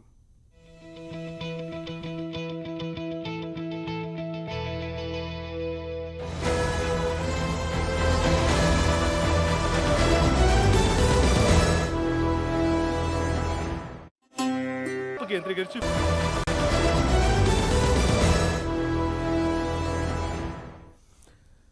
പ്രഭാത കേരളം തുടരുകയാണ്. പോലീസിലെ അമിത ജോലി ഭാരത്തിന് പരിഹാരം കാണാൻ സംസ്ഥാന സർക്കാർ സ്റ്റേഷനുകളിൽ അംഗബലം കൂട്ടാനുള്ള നടപടികൾ ആരംഭിച്ചു. സ്റ്റേഷനുകളിലേക്ക് ആവശ്യമുള്ള ഉദ്യോഗസ്ഥരുടെ എണ്ണം അറിയിക്കാൻ ഡിവൈഎസ്പിമാരോട് DGP നിർദ്ദേശിച്ചു. 15 ദിവസത്തിനുള്ളിൽ വിവരങ്ങൾ കൈമാറണമെന്നാണ് നിർദ്ദേശം. News 18 impact. 35 വർഷം മുൻപുള്ള അംഗബലമാണ് പോലീസ് സേനയ്ക്ക് ഇപ്പോഴുമുള്ളത്. ജനസംഖ്യ വർധനയ്ക്കനുസരിച്ച് പോലീസ് അനുപാതത്തിൽ കുറവുണ്ടായതിനു പുറമെ പുതിയ ഉത്തരവാദിത്വങ്ങളും പോലീസ് ഉദ്യോഗസ്ഥർക്ക് മേൽ വന്നു. 14-16 മണിക്കൂറുകൾ വരെ തുടർച്ചയായി ജോലി ചെയ്യേണ്ട അവസ്ഥ. സംസ്ഥാനത്തെ 484 പോലീസ് സ്റ്റേഷനുകളിൽ 364 സ്റ്റേഷനുകളിലും പോലീസുകാരുടെ അംഗസംഖ്യ 50-ൽ താഴെയാണ്. 44 സ്റ്റേഷനുകളിൽ 19 മുതൽ 30 വരെ ഉദ്യോഗസ്ഥർ മാത്രമേ ഉള്ളൂ. പോലീസുകാരുടെ ദുരവസ്ഥയെക്കുറിച്ച് ന്യൂസ് 18 നിരവധി വാർത്തകൾ സംപ്രേഷണം ചെയ്തിരുന്നു. സേനയിലെ അംഗബലം വർദ്ധിപ്പിക്കാനുള്ള നടപടി സർക്കാർ ആരംഭിച്ചു. ആവശ്യമുള്ള ഉദ്യോഗസ്ഥരുടെ എണ്ണം അറിയിക്കാൻ DGP, DYSPമാർക്ക് നിർദ്ദേശം നൽകി. സ്റ്റേഷനുകളിലെ ദൈനംദിന ഡ്യൂട്ടി, ക്രമസമാധാനം, ഗതാഗത നിയന്ത്രണം എന്നിവയ്ക്കാവശ്യമായ അംഗബലം പോലീസ് ആസ്ഥാനം നൽകിയ ഫോർമാറ്റിൽ രേഖപ്പെടുത്തി അയക്കാനാണ് DGPയുടെ കത്തിൽ പറയുന്നത്. നിലവിലുള്ള അംഗബലം എത്ര, ഇനി എത്ര വേണം എന്ന കണക്ക് കൃത്യമായി നൽകണം. 5 ദിവസത്തിനുള്ളിൽ സ്റ്റേഷൻ ഹൗസ് ഓഫീസർമാർ DYSPമാർക്ക് കണക്ക് നൽകണം. ഇത് ക്രോഡീകരിച്ച് DYSPമാർ 15 ദിവസത്തിനുള്ളിൽ പോലീസ് മേധാവിക്ക് റിപ്പോർട്ട് സമർപ്പിക്കണം. പോലീസിൽ ഒഴിവുള്ള തസ്തികകളിൽ ഇപ്പോഴും നിയമനം ഇഴഞ്ഞു നീങ്ങുകയാണ്. നിലവിലെ റാങ്ക് ലിസ്റ്റിന്റെ കാലാവധി അവസാനിക്കാൻ 4 മാസമാണുള്ളത്. VV Vinod, news 18, Thiruvananthapuram. തിരുവനന്തപുരം നഗരത്തിൽ ഹോട്ടലുകൾ കഴുത്തറപ്പൻ വില ഈടാക്കുന്നു എന്ന ന്യൂസ് 18 വാർത്ത ചർച്ച ചെയ്ത് നഗരസഭ. അമിത തുക ഈടാക്കുന്ന സാഹചര്യം ഭക്ഷ്യമന്ത്രിയുടെയും ജില്ലാ കളക്ടറുടെയും ശ്രദ്ധയിൽപ്പെടുത്തിയെന്ന് മേയർ കൗൺസിലിനെ അറിയിച്ചു. നഗരസഭ വില നിർണ്ണയിക്കുന്ന തരത്തിൽ സംവിധാനം കൊണ്ടുവരുന്നതിന്റെ നിയമസാധുത പരിശോധിക്കുമെന്നും ആര്യ രാജേന്ദ്രൻ പറഞ്ഞു. പ്രതിപക്ഷ നേതാവ് MR ഗോപനാണ് കൊള്ളവില നിയന്ത്രിക്കണമെന്ന ആവശ്യം യോഗത്തിൽ ഉയർത്തിയത്. തമ്പാനൂർ ആര്യാനിവാസ് ഹോട്ടൽ 2 വടക്കും ചായയ്ക്കും ഈടാക്കിയത് 115 രൂപ. ന്യൂസ് 18 ഒരു വാർത്ത പുറത്തു കൊണ്ടുവന്നു. എന്താ വെച്ചാൽ തിരുവനന്തപുരത്ത് നമ്മുടെ അയൽ സംസ്ഥാനത്ത് നിന്ന് വരുന്ന ആളുകൾ, അതോടൊപ്പം തന്നെ അയ്യപ്പ ഭക്തന്മാർ ഒക്കെ വരുന്ന തമ്പാനൂർ റെയിൽവേ സ്റ്റേഷന് സമീപത്തുള്ള തമ്പാനൂർ ആര്യ നിവാസിൽ ഒരു സാധാരണക്കാരൻ കയറി 2 വടയും ഒരു ചായയും വാങ്ങിയിട്ടുള്ള ബില്ല് ഞാൻ ഇതിനോടൊപ്പം അയച്ചിട്ടുണ്ട്. അതിൽ 115 രൂപയാണ് ആ ഒരു ഉണ്ണികൃഷ്ണൻ എന്ന് പറയുന്ന കൊല്ലത്ത് താമസിക്കുന്ന ഒരാൾ തിരുവനന്തപുരത്ത് നിന്ന് ഒരു ചായയും വടയും കഴിച്ച് കിട്ടിയിരിക്കുന്നത്. ഈ കഴുത്തിൽ കത്തിവെക്കുന്ന ഇത്തരം പ്രവണതകളെ നിയന്ത്രിക്കുവാൻ ഒരു സംവിധാനം നമുക്ക് ഉണ്ടാകേണ്ടേ സർ. ഇത്തരം പ്രവൃത്തികൾ ചെയ്യുന്ന ഹോട്ടലുകളുടെ ലൈസൻസ് ഉൾപ്പെടെ ക്യാൻസൽ ചെയ്തുകൊണ്ട് അവർക്കെതിരെ നടപടി സ്വീകരിക്കാൻ ഈ കൗൺസിൽ ഐക്യകണ്ഠേനമെന്നാണ് എനിക്ക് ആമുഖമായി ബഹുമാനപ്പെട്ട മേയറോട് സൂചിപ്പിക്കാൻ. വിഷയം ഗൗരവത്തിലെടുത്ത് നഗരസഭയും ഇടപെടൽ ഇതിനകം നടത്തിയെന്ന് മേയർ കൗൺസിലിനെ അറിയിച്ചു. നഗരസഭ വില നിയന്ത്രിക്കുന്ന തരത്തിൽ സംവിധാനം കൊണ്ടുവരുന്നതിന്റെ സാധ്യതയും പരിശോധിക്കുന്നു. ഇതൊരു പൊതു പ്രശ്നമാണ്. ചില ഹോട്ടലുകൾ അവർക്ക് തോന്നിയ പോലെ ഈ റേറ്റ് നിശ്ചയിക്കുന്നതുമായി ബന്ധപ്പെട്ടുകൊണ്ടുള്ള ഒരു പൊതു വിഷയം നമ്മുടെ മുന്നിലുണ്ട്. ആ വിഷയം അഡ്രസ് ചെയ്യുന്നതിന് വേണ്ടി ആദ്യഘട്ടത്തിൽ നമ്മൾ ചെയ്തത് ബഹുമാനപ്പെട്ട ഭക്ഷ്യ സിവിൽ സപ്ലൈസ് ലീഗൽ മെട്രോളജി വകുപ്പ് മന്ത്രിക്കും അതുപോലെ തന്നെ ബഹുമാനപ്പെട്ട കളക്ടറിനും ഈ വിഷയം ശ്രദ്ധയിൽപ്പെടുത്തിക്കൊണ്ട് നഗരസഭ കത്ത് കൊടുത്തിരുന്നു. ഈ വാർത്ത വന്നതിനെ തുടർന്ന് തന്നെ ഇത് പരിശോധിക്കണമെന്ന് ആവശ്യപ്പെട്ടുകൊണ്ട് നമ്മൾ കത്ത് കൊടുത്തിരുന്നു. നമുക്ക് ചെയ്യാൻ കഴിയുന്ന ഒരു കാര്യം, നിയമപരമായ ഇതിന്റെ വശം മനസ്സിലാക്കിക്കൊണ്ട് ഒരു ലീഗൽ ഒപ്പീനിയൻ എടുത്തുകൊണ്ട് ഇതിലൊരു വില നിയന്ത്രണവുമായി ബന്ധപ്പെട്ടുകൊണ്ടുള്ള ഒരു ബൈലോ രൂപീകരിക്കാൻ സാധിക്കുമോ എന്ന് കൗൺസിൽ ചർച്ച ചെയ്യേണ്ട വിഷയമാണ്. കൊല്ലം സ്വദേശിയായ ഉണ്ണികൃഷ്ണനിൽ നിന്നാണ് അമിത വില ഈടാക്കിയത്. VV Vinod, news 18, Thiruvananthapuram. കരുവന്നൂർ കള്ളപ്പണ ഇടപാട് കേസിൽ PR അരവിന്ദാക്ഷന്റെയും CK ജിൽസിന്റെയും ജാമ്യാപേക്ഷ കലൂരിലെ പ്രത്യേക കോടതി ഇന്ന് പരിഗണിക്കും. ഇതുവരെയുള്ള അന്വേഷണത്തിൽ EDക്ക് തെളിവുകൾ കണ്ടെത്താൻ കഴിഞ്ഞിട്ടില്ലെന്നും അതിനാൽ ജാമ്യം അനുവദിക്കണമെന്നുമാണ് ഇരുവരുടെയും ആവശ്യം. ഡാനി പോൾ വിവരങ്ങൾ പങ്കുവെക്കും. ഡാനി, EDയുടെ വാദഗതികൾ കോടതിക്ക് മുന്നിലുണ്ട് വളരെ കൃത്യമായി തന്നെ. ഒപ്പം ജാമ്യം നൽകണമെന്നുള്ള ആവശ്യവും മുന്നിലുണ്ട്. ഏത് തരത്തിലായിരുന്നു ഈ വാദങ്ങൾ, പരസ്പരമുള്ള വാദങ്ങൾ, ഒപ്പം മറ്റു വിവരങ്ങൾ എന്താണ്?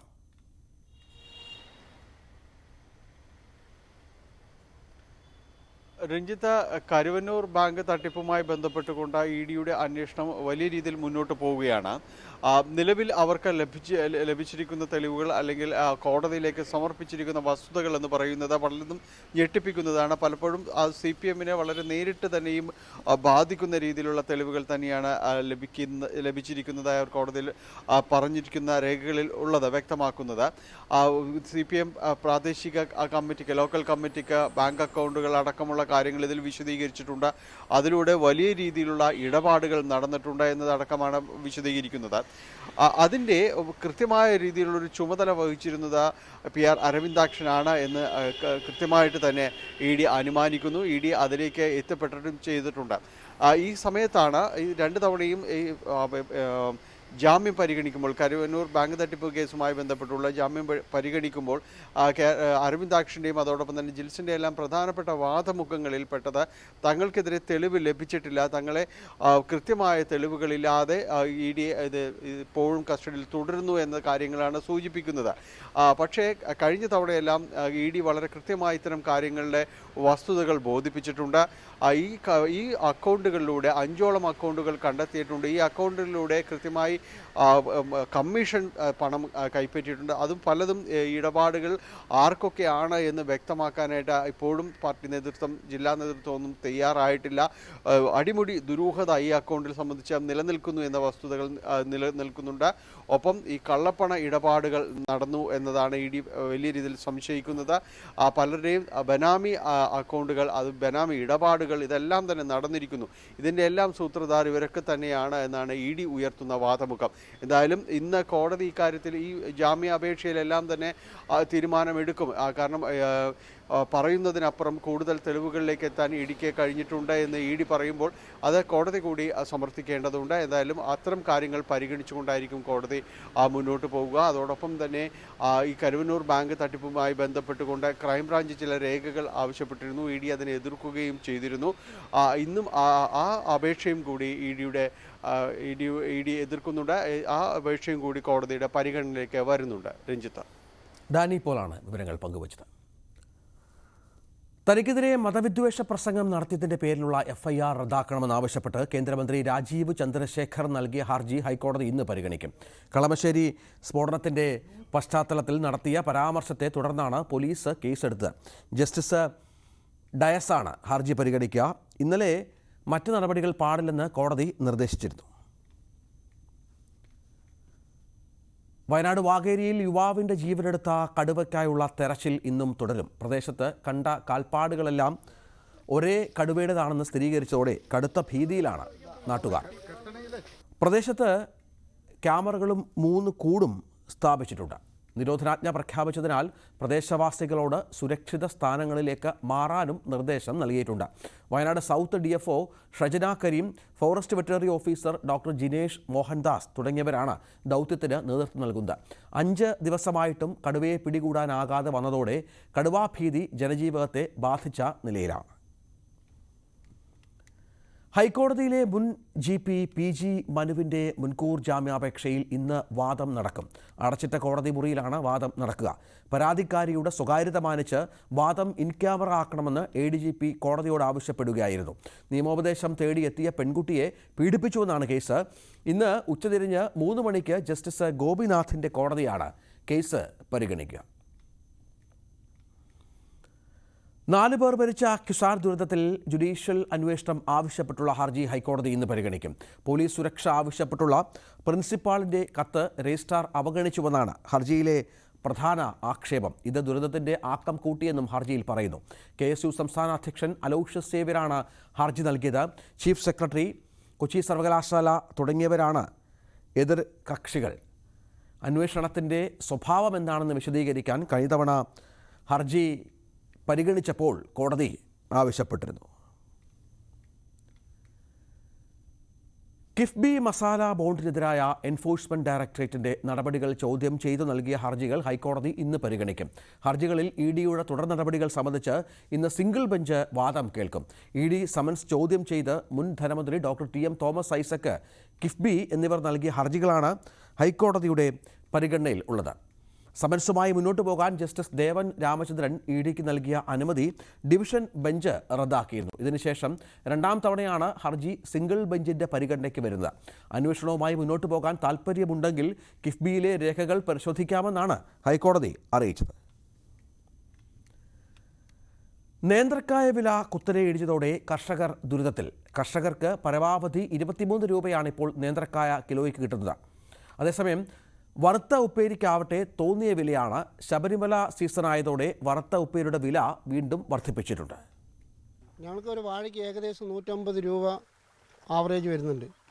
ഈ ഇപ്പോഴത്തെ അവസ്ഥയിൽ അതിൻ്റെ 3 പോലും കിട്ടുന്നില്ല. 22-23 രൂപയാണ് ഇന്നത്തെ വില. 40-ഉം 50-നും ഞങ്ങൾ ഫസ്റ്റ് ഓണ ടൈമിന് വിറ്റതാണ്. ഇപ്പോൾ അത് നേരെ മറിച്ചിട്ട് 22-23 വിലയാണ് ഇപ്പോൾ 2-3 ദിവസമായിട്ട് വരുന്നത്. അതുകൊണ്ട് വാഴക്കൊലയൊന്നും വെട്ടാതെ മൃഗങ്ങൾ, കുരങ്ങും അതും ഇതൊക്കെ വലിച്ച് നശിപ്പിച്ചുകൊണ്ടിരിക്കുന്നു. തീരാ നഷ്ടമാണ് ഇപ്പോൾ കർഷകർക്ക് ഉണ്ടായിക്കൊണ്ടിരിക്കുന്നത്. കുലയ്ക്കാറാവുന്ന ഒരു വാഴയ്ക്ക് 120 മുതൽ 140 രൂപ വരെ കർഷകർക്ക് ചിലവ് വരുന്നുണ്ട്. നേന്ത്രക്കായ കിലോയ്ക്ക് 60 രൂപയെങ്കിലും ലഭിച്ചാലേ കർഷകർക്ക് മെച്ചമുള്ളൂ. എന്നാൽ നല്ല കായയ്ക്ക് പരമാവധി ഇപ്പോൾ പാലക്കാട് ലഭിക്കുന്ന വിലയാകട്ടെ 23 രൂപയും. ഉൽപാദനം വർദ്ധിച്ചതും തമിഴ്നാട്ടിൽ നിന്ന് നേന്ത്രക്കായ എത്തുന്നതുമാണ് ഇവിടുത്തെ കർഷകർക്ക് തിരിച്ചടി. ഈ അവസ്ഥയിൽ പിടിച്ചു നിൽക്കാനാവില്ലെന്ന് കർഷകർ. രാസവളത്തിനൊക്കെ ഭയങ്കര വിലയാണ്. ഒരു ചാക്ക് പൊട്ടാഷ് വേണമെങ്കിൽ 1700 രൂപ വിലയാണ്. ഒരു വാഴയ്ക്ക് 150 രൂപയോളം മുടക്ക് വരും. ഒരു വളത്തിനൊക്കെ ഈ വിലയായ കാരണം നമ്മൾ ഇട്ടിട്ട് ഇത് മുതലാകുന്നില്ല, ആൾക്കാർക്ക് വെട്ടാൻ പറ്റുന്നില്ല. പിന്നെ ഇവിടെ എന്ന് പറഞ്ഞാൽ കാട്ടാന ശല്യം കൂടുതലാണ്. രാത്രിയും പകലും കാവലും വേണം. ഇതൊക്കെ കഴിഞ്ഞ് കൊടുക്കാൻ ചെല്ലുമ്പോൾ വിലയില്ല. അപ്പോൾ അങ്ങാടിയിൽ കൊണ്ടുപോയാലും ഈ സാധനത്തിനും തള്ളലാണ്, ഇപ്പോൾ ആർക്കും വേണ്ട. അതുകൊണ്ട് പകുതി വെട്ടാതെ കിടക്കുകയാണ്, കുറച്ചൊക്കെ ഒടിഞ്ഞു വീണ് അങ്ങനെ കിടക്കുകയാണ്. അപ്പോൾ എങ്ങനെയെങ്കിലും സർക്കാർ ഇടപെട്ട് നമുക്ക് എന്തെങ്കിലും ഒരു സ്ഥിര വില ഏർപ്പെടുത്തി തന്നാൽ വളരെ ഉപകാരമായിരിക്കും.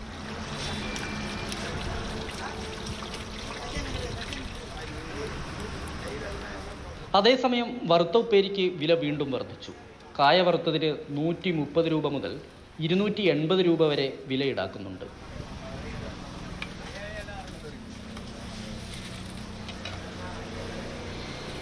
ഇപ്പോൾ ഇവിടെ വിൽക്കുന്നത് 140-130 തന്നെ. ഇപ്പോൾ റേറ്റ് വെളിയിലൊക്കെ വിലയുണ്ട്, 250 രൂപയ്ക്ക് ഉണ്ട്. ഇവിടെ ആ വിലയ്ക്ക് പോവുള്ളൂ. 3.5 കിലോ നേന്ത്രക്കായയിൽ നിന്ന് 1 കിലോ വറുത്തുപ്പേരി ഉണ്ടാക്കാനാവും.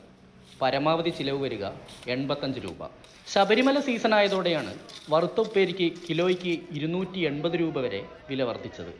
3-ാം തരം കായ കൊണ്ടുണ്ടാക്കുന്ന വറുത്ത ഉപ്പേരിക്കാണ് കിലോയ്ക്ക് 130 രൂപ വിലയുള്ളത്. കോരന് കഞ്ഞി കുമ്പിൾ തന്നെ എന്ന രീതിയിൽ തന്നെയാണ് ഇവിടെ കർഷകൻ്റെ അവസ്ഥ. ഉൽപാദന നഷ്ടം കൊണ്ട് കർഷകൻ കുത്തുപാളെടുക്കുമ്പോഴും അതുകൊണ്ട് വാഴക്കായകൾ കൊണ്ടുണ്ടാക്കുന്ന വിഭവങ്ങളുടെ വില ഇപ്പോഴും മേലെ തന്നെയാണ്. ക്യാമറാമാൻ പ്രജിത്ത് കോങ്ങാടിനൊപ്പം എസ് വിനേഷ് കുമാർ, ന്യൂസ് 18 പാലക്കാട്. മലയോര ജില്ലയായ വയനാട്ടിലേക്കുള്ള യാത്രാ ദുരിതത്തിന് ശാശ്വത പരിഹാരമായ കോഴിക്കോട് വയനാട് തുരങ്കപാത നിർമ്മാണം അടുത്ത മാർച്ചിൽ ആരംഭിക്കും. ആദ്യഘട്ട ടെൻഡർ നടപടികൾ പൂർത്തിയായി. പദ്ധതിക്കായി ഭൂമി നഷ്ടമാകുന്നവർക്ക് ഉയർന്ന നഷ്ടപരിഹാരം നൽകുന്നതിനും ധാരണയായി. താമരശ്ശേരി ചുരം റോഡിന് ബദലായി നിർമ്മിക്കുന്ന തുരങ്കപാതയ്ക്കായി കേന്ദ്ര വനം പരിസ്ഥിതി മന്ത്രാലയത്തിന്റെ പ്രാഥമിക അനുമതി ലഭിച്ചു കഴിഞ്ഞു. 2020 പദ്ധതി പ്രഖ്യാപനം നടത്തിയ ആനക്കാപ്പൊയിൽ കള്ളാടി മേപ്പാടി തുരങ്കപാതയാണ് യാഥാർത്ഥ്യമാവുന്നത്. സർക്കാർ ഏജൻസിയായ കിറ്റ്കോ നടത്തിയ സാമൂഹ്യ ആഘാത പഠന റിപ്പോർട്ട് അനുസരിച്ച് പദ്ധതിക്കായി ഭൂമി നഷ്ടപ്പെടുന്നവരുമായി വയനാട്, കോഴിക്കോട് ജില്ലാ ഭരണകൂടങ്ങൾ ചർച്ച നടത്തി. വിശദമായ ചർച്ചകൾക്കൊടുവിൽ പ്രാരംഭഘട്ടത്തിൽ എതിർത്തവരും പദ്ധതി പിന്തുണയ്ക്കുന്നു. സാധാരണക്കാരായ ആളുകളെ അവരെ അവിടെ നിന്ന് ഒഴിപ്പിക്കപ്പെടുമോ, അവരുടെ ജീവനും സ്വത്തിനും സംരക്ഷണം ലഭിക്കുകയില്ലയോ, അല്ലെങ്കിൽ അവരുടെ ഭാവി എന്താണ് എന്നുള്ള ആശങ്കയാണ് പലപ്പോഴും പ്രതിഷേധത്തിന് കാരണം. കൃത്യമായിട്ട് ആ പ്രശ്നം അഡ്രസ്സ് ചെയ്തിട്ട് വേണം അടുത്ത സ്റ്റെപ്പിലേക്ക് കടക്കാൻ. അതൊരു സർക്കാരിന്റെ നയമായിരിക്കണം. ആ തരത്തിൽ നമ്മൾ തുരങ്കപാത വിഭാവനം ചെയ്യുമ്പോൾ ആദ്യം ചെയ്യേണ്ടത് ആ തുരങ്കപാതയെ പ്രതികൂലമായി അല്ലെങ്കിൽ അതിന് തങ്ങളെ പ്രതികൂലമായി ബാധിക്കുന്നതിൽ എന്തെങ്കിലും ഉണ്ടോ എന്ന് സാധാരണക്കാരെ പറഞ്ഞ് ബോധ്യപ്പെടുത്തി ആവശ്യമായ കോമ്പൻസേഷൻ കൊടുത്ത് അവരെ പുനരധിവസിപ്പിക്കുന്നത് മാത്രമേ ഈ തുരങ്കപാത മുമ്പോട്ട് പോകാൻ കഴിയുള്ളൂ. അല്ലാണ്ട് ഒരു വിഭാഗം ആളുകളെ ബലി കൊടുത്തുകൊണ്ടല്ല തുരങ്കപാത വരേണ്ടത്. ആകെ 7.5 കിലോമീറ്റർ ദൂരത്തിലാണ് തുരങ്കപാതയുടെ നിർമ്മാണം. പദ്ധതിക്കായി ഉപയോഗിക്കുന്ന ഭൂമിക്ക് പകരം 17 ഹെക്ടർ ഭൂമിയിൽ മരം വെച്ച് പിടിപ്പിക്കണമെന്നും റിസർവ് വനമായി വിജ്ഞാപനം ചെയ്ത് വിവരങ്ങൾ സമർപ്പിക്കണമെന്നുമുള്ള നിർദ്ദേശങ്ങളാണ് കേന്ദ്ര വനം പരിസ്ഥിതി മന്ത്രാലയം നൽകിയിരിക്കുന്നത്. ഈ നിർദ്ദേശം നടപ്പിലാക്കുന്നതിനായി വയനാട് ജില്ലയിലാണ് ഭൂമി കണ്ടെത്തിയിരിക്കുന്നത്. കിഫ്ബിയിൽ നിന്നുള്ള 658 കോടി രൂപ ചെലവഴിച്ച് കൊങ്കൺ റെയിൽ കോർപ്പറേഷനാണ് തുരങ്കപാത നിർമ്മിക്കുന്നത്. അടുത്ത വർഷം മാർച്ചിൽ പദ്ധതിയുടെ നിർമ്മാണം ആരംഭിക്കാനാവുമെന്നാണ് പ്രതീക്ഷ. ന്യൂസ് 18 കോഴിക്കോട്. കൊച്ചി സിറ്റി പോലീസിന് പട്രോളിംഗിനായി ഇലക്ട്രിക് ഹോവർ മറൈൻ ഡ്രൈവിൽ Kochi city police commissioner A Akbar hover flag off ചെയ്തു. പുതുവർഷത്തോടെ ജില്ലയിൽ പരിശോധനകളും പോലീസ് ശക്തമാക്കിയിട്ടുണ്ട്.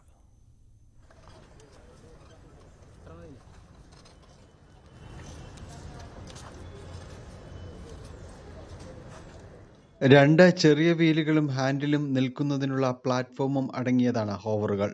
ബീക്കൺ ലൈറ്റും LED ഹെഡ്ലൈറ്റുമുണ്ട്. 20 കിലോമീറ്റർ വേഗതയിലും 120 കിലോ ഭാരം വഹിച്ചുകൊണ്ടും സഞ്ചരിക്കാം. പൊതുജനങ്ങൾക്ക് എളുപ്പത്തിൽ പോലീസ് സഹായം ലഭിക്കുന്നതിനും തിരക്കേറിയ സ്ഥലങ്ങളിൽ പോലീസ് സാന്നിധ്യം ഉറപ്പിക്കുന്നതിനുമാണ് ഹോവർ പെട്രോളിംഗ് നടപ്പാക്കുന്നത്. രാവിലെയും ഉച്ചയ്ക്കും വൈകിട്ടും ഈ ഹോവർ പെട്രോളിംഗ് നിങ്ങൾക്ക് മറൈൻ ഡ്രൈവിൽ വരും ദിനങ്ങളിൽ ദർശിക്കാൻ കഴിയും. കൂടുതൽ സുരക്ഷാബോധം പൊതുജനങ്ങൾക്ക് നൽകുക, പോലീസിന്റെ സാന്നിധ്യം പൊതുയിടങ്ങളിൽ കൂടുതലായിട്ട് ഉറപ്പുവരുത്തുക എന്ന ഉദ്ദേശത്തോടുകൂടിയാണ് ഈ ഹോവർ പെട്രോളിംഗ് നമ്മൾ ആരംഭിച്ചത്.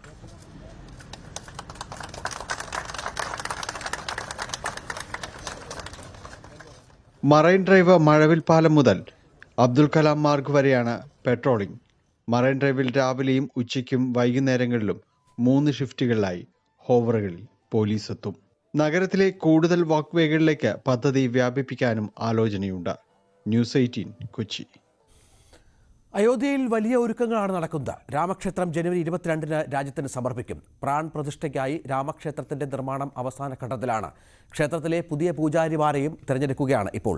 ഇവരിൽ ആദ്യത്തെ ആളായി തിരുപ്പതി വെങ്കടേശ്വര വേദിക് സർവകലാശാലയിലെ മോഹിത് പാണ്ഡെ പരിശീലനവും ആരംഭിച്ചു. ഉത്തർപ്രദേശിലെ ലക്നൌ സ്വദേശിയാണ് മോഹിത്. രാംലല്ലയിലെ പൂജാതി കർമ്മങ്ങൾക്കായി ആകെ 20 പേരെയാണ് നിയമിക്കുന്നത്. ഇതിനായി 3000 പേരിൽ നിന്നായിരുന്നു യോഗ്യരായവരുടെ തിരഞ്ഞെടുപ്പ്. തിരുപ്പതിയിലെ ശ്രീ വെങ്കടേശ്വര വേദിക് യൂണിവേഴ്സിറ്റിയിലെ ബിരുദാനന്തര ബിരുദ വിദ്യാർത്ഥിയായ മോഹിത് പാണ്ഡെയെ അയോധ്യയിലെ രാമക്ഷേത്രത്തിന്റെ പൂജാരിയായി തിരഞ്ഞെടുത്തു. തിരഞ്ഞെടുക്കപ്പെട്ട 50 പൂജാരിമാരിൽ ഒരാളാണ് മോഹിത് പാണ്ഡെ. അപേക്ഷ നൽകിയ രാജ്യമെമ്പാടുമുള്ള 3000 ഉദ്യോഗാർത്ഥികളിൽ നിന്ന് അഭിമുഖം നടത്തിയാണ് പൂജാരിമാരെ തിരഞ്ഞെടുത്തത്. ഉത്തർപ്രദേശിലെ ലക്നൌ സ്വദേശിയാണ് മോഹിത് പാണ്ഡെ.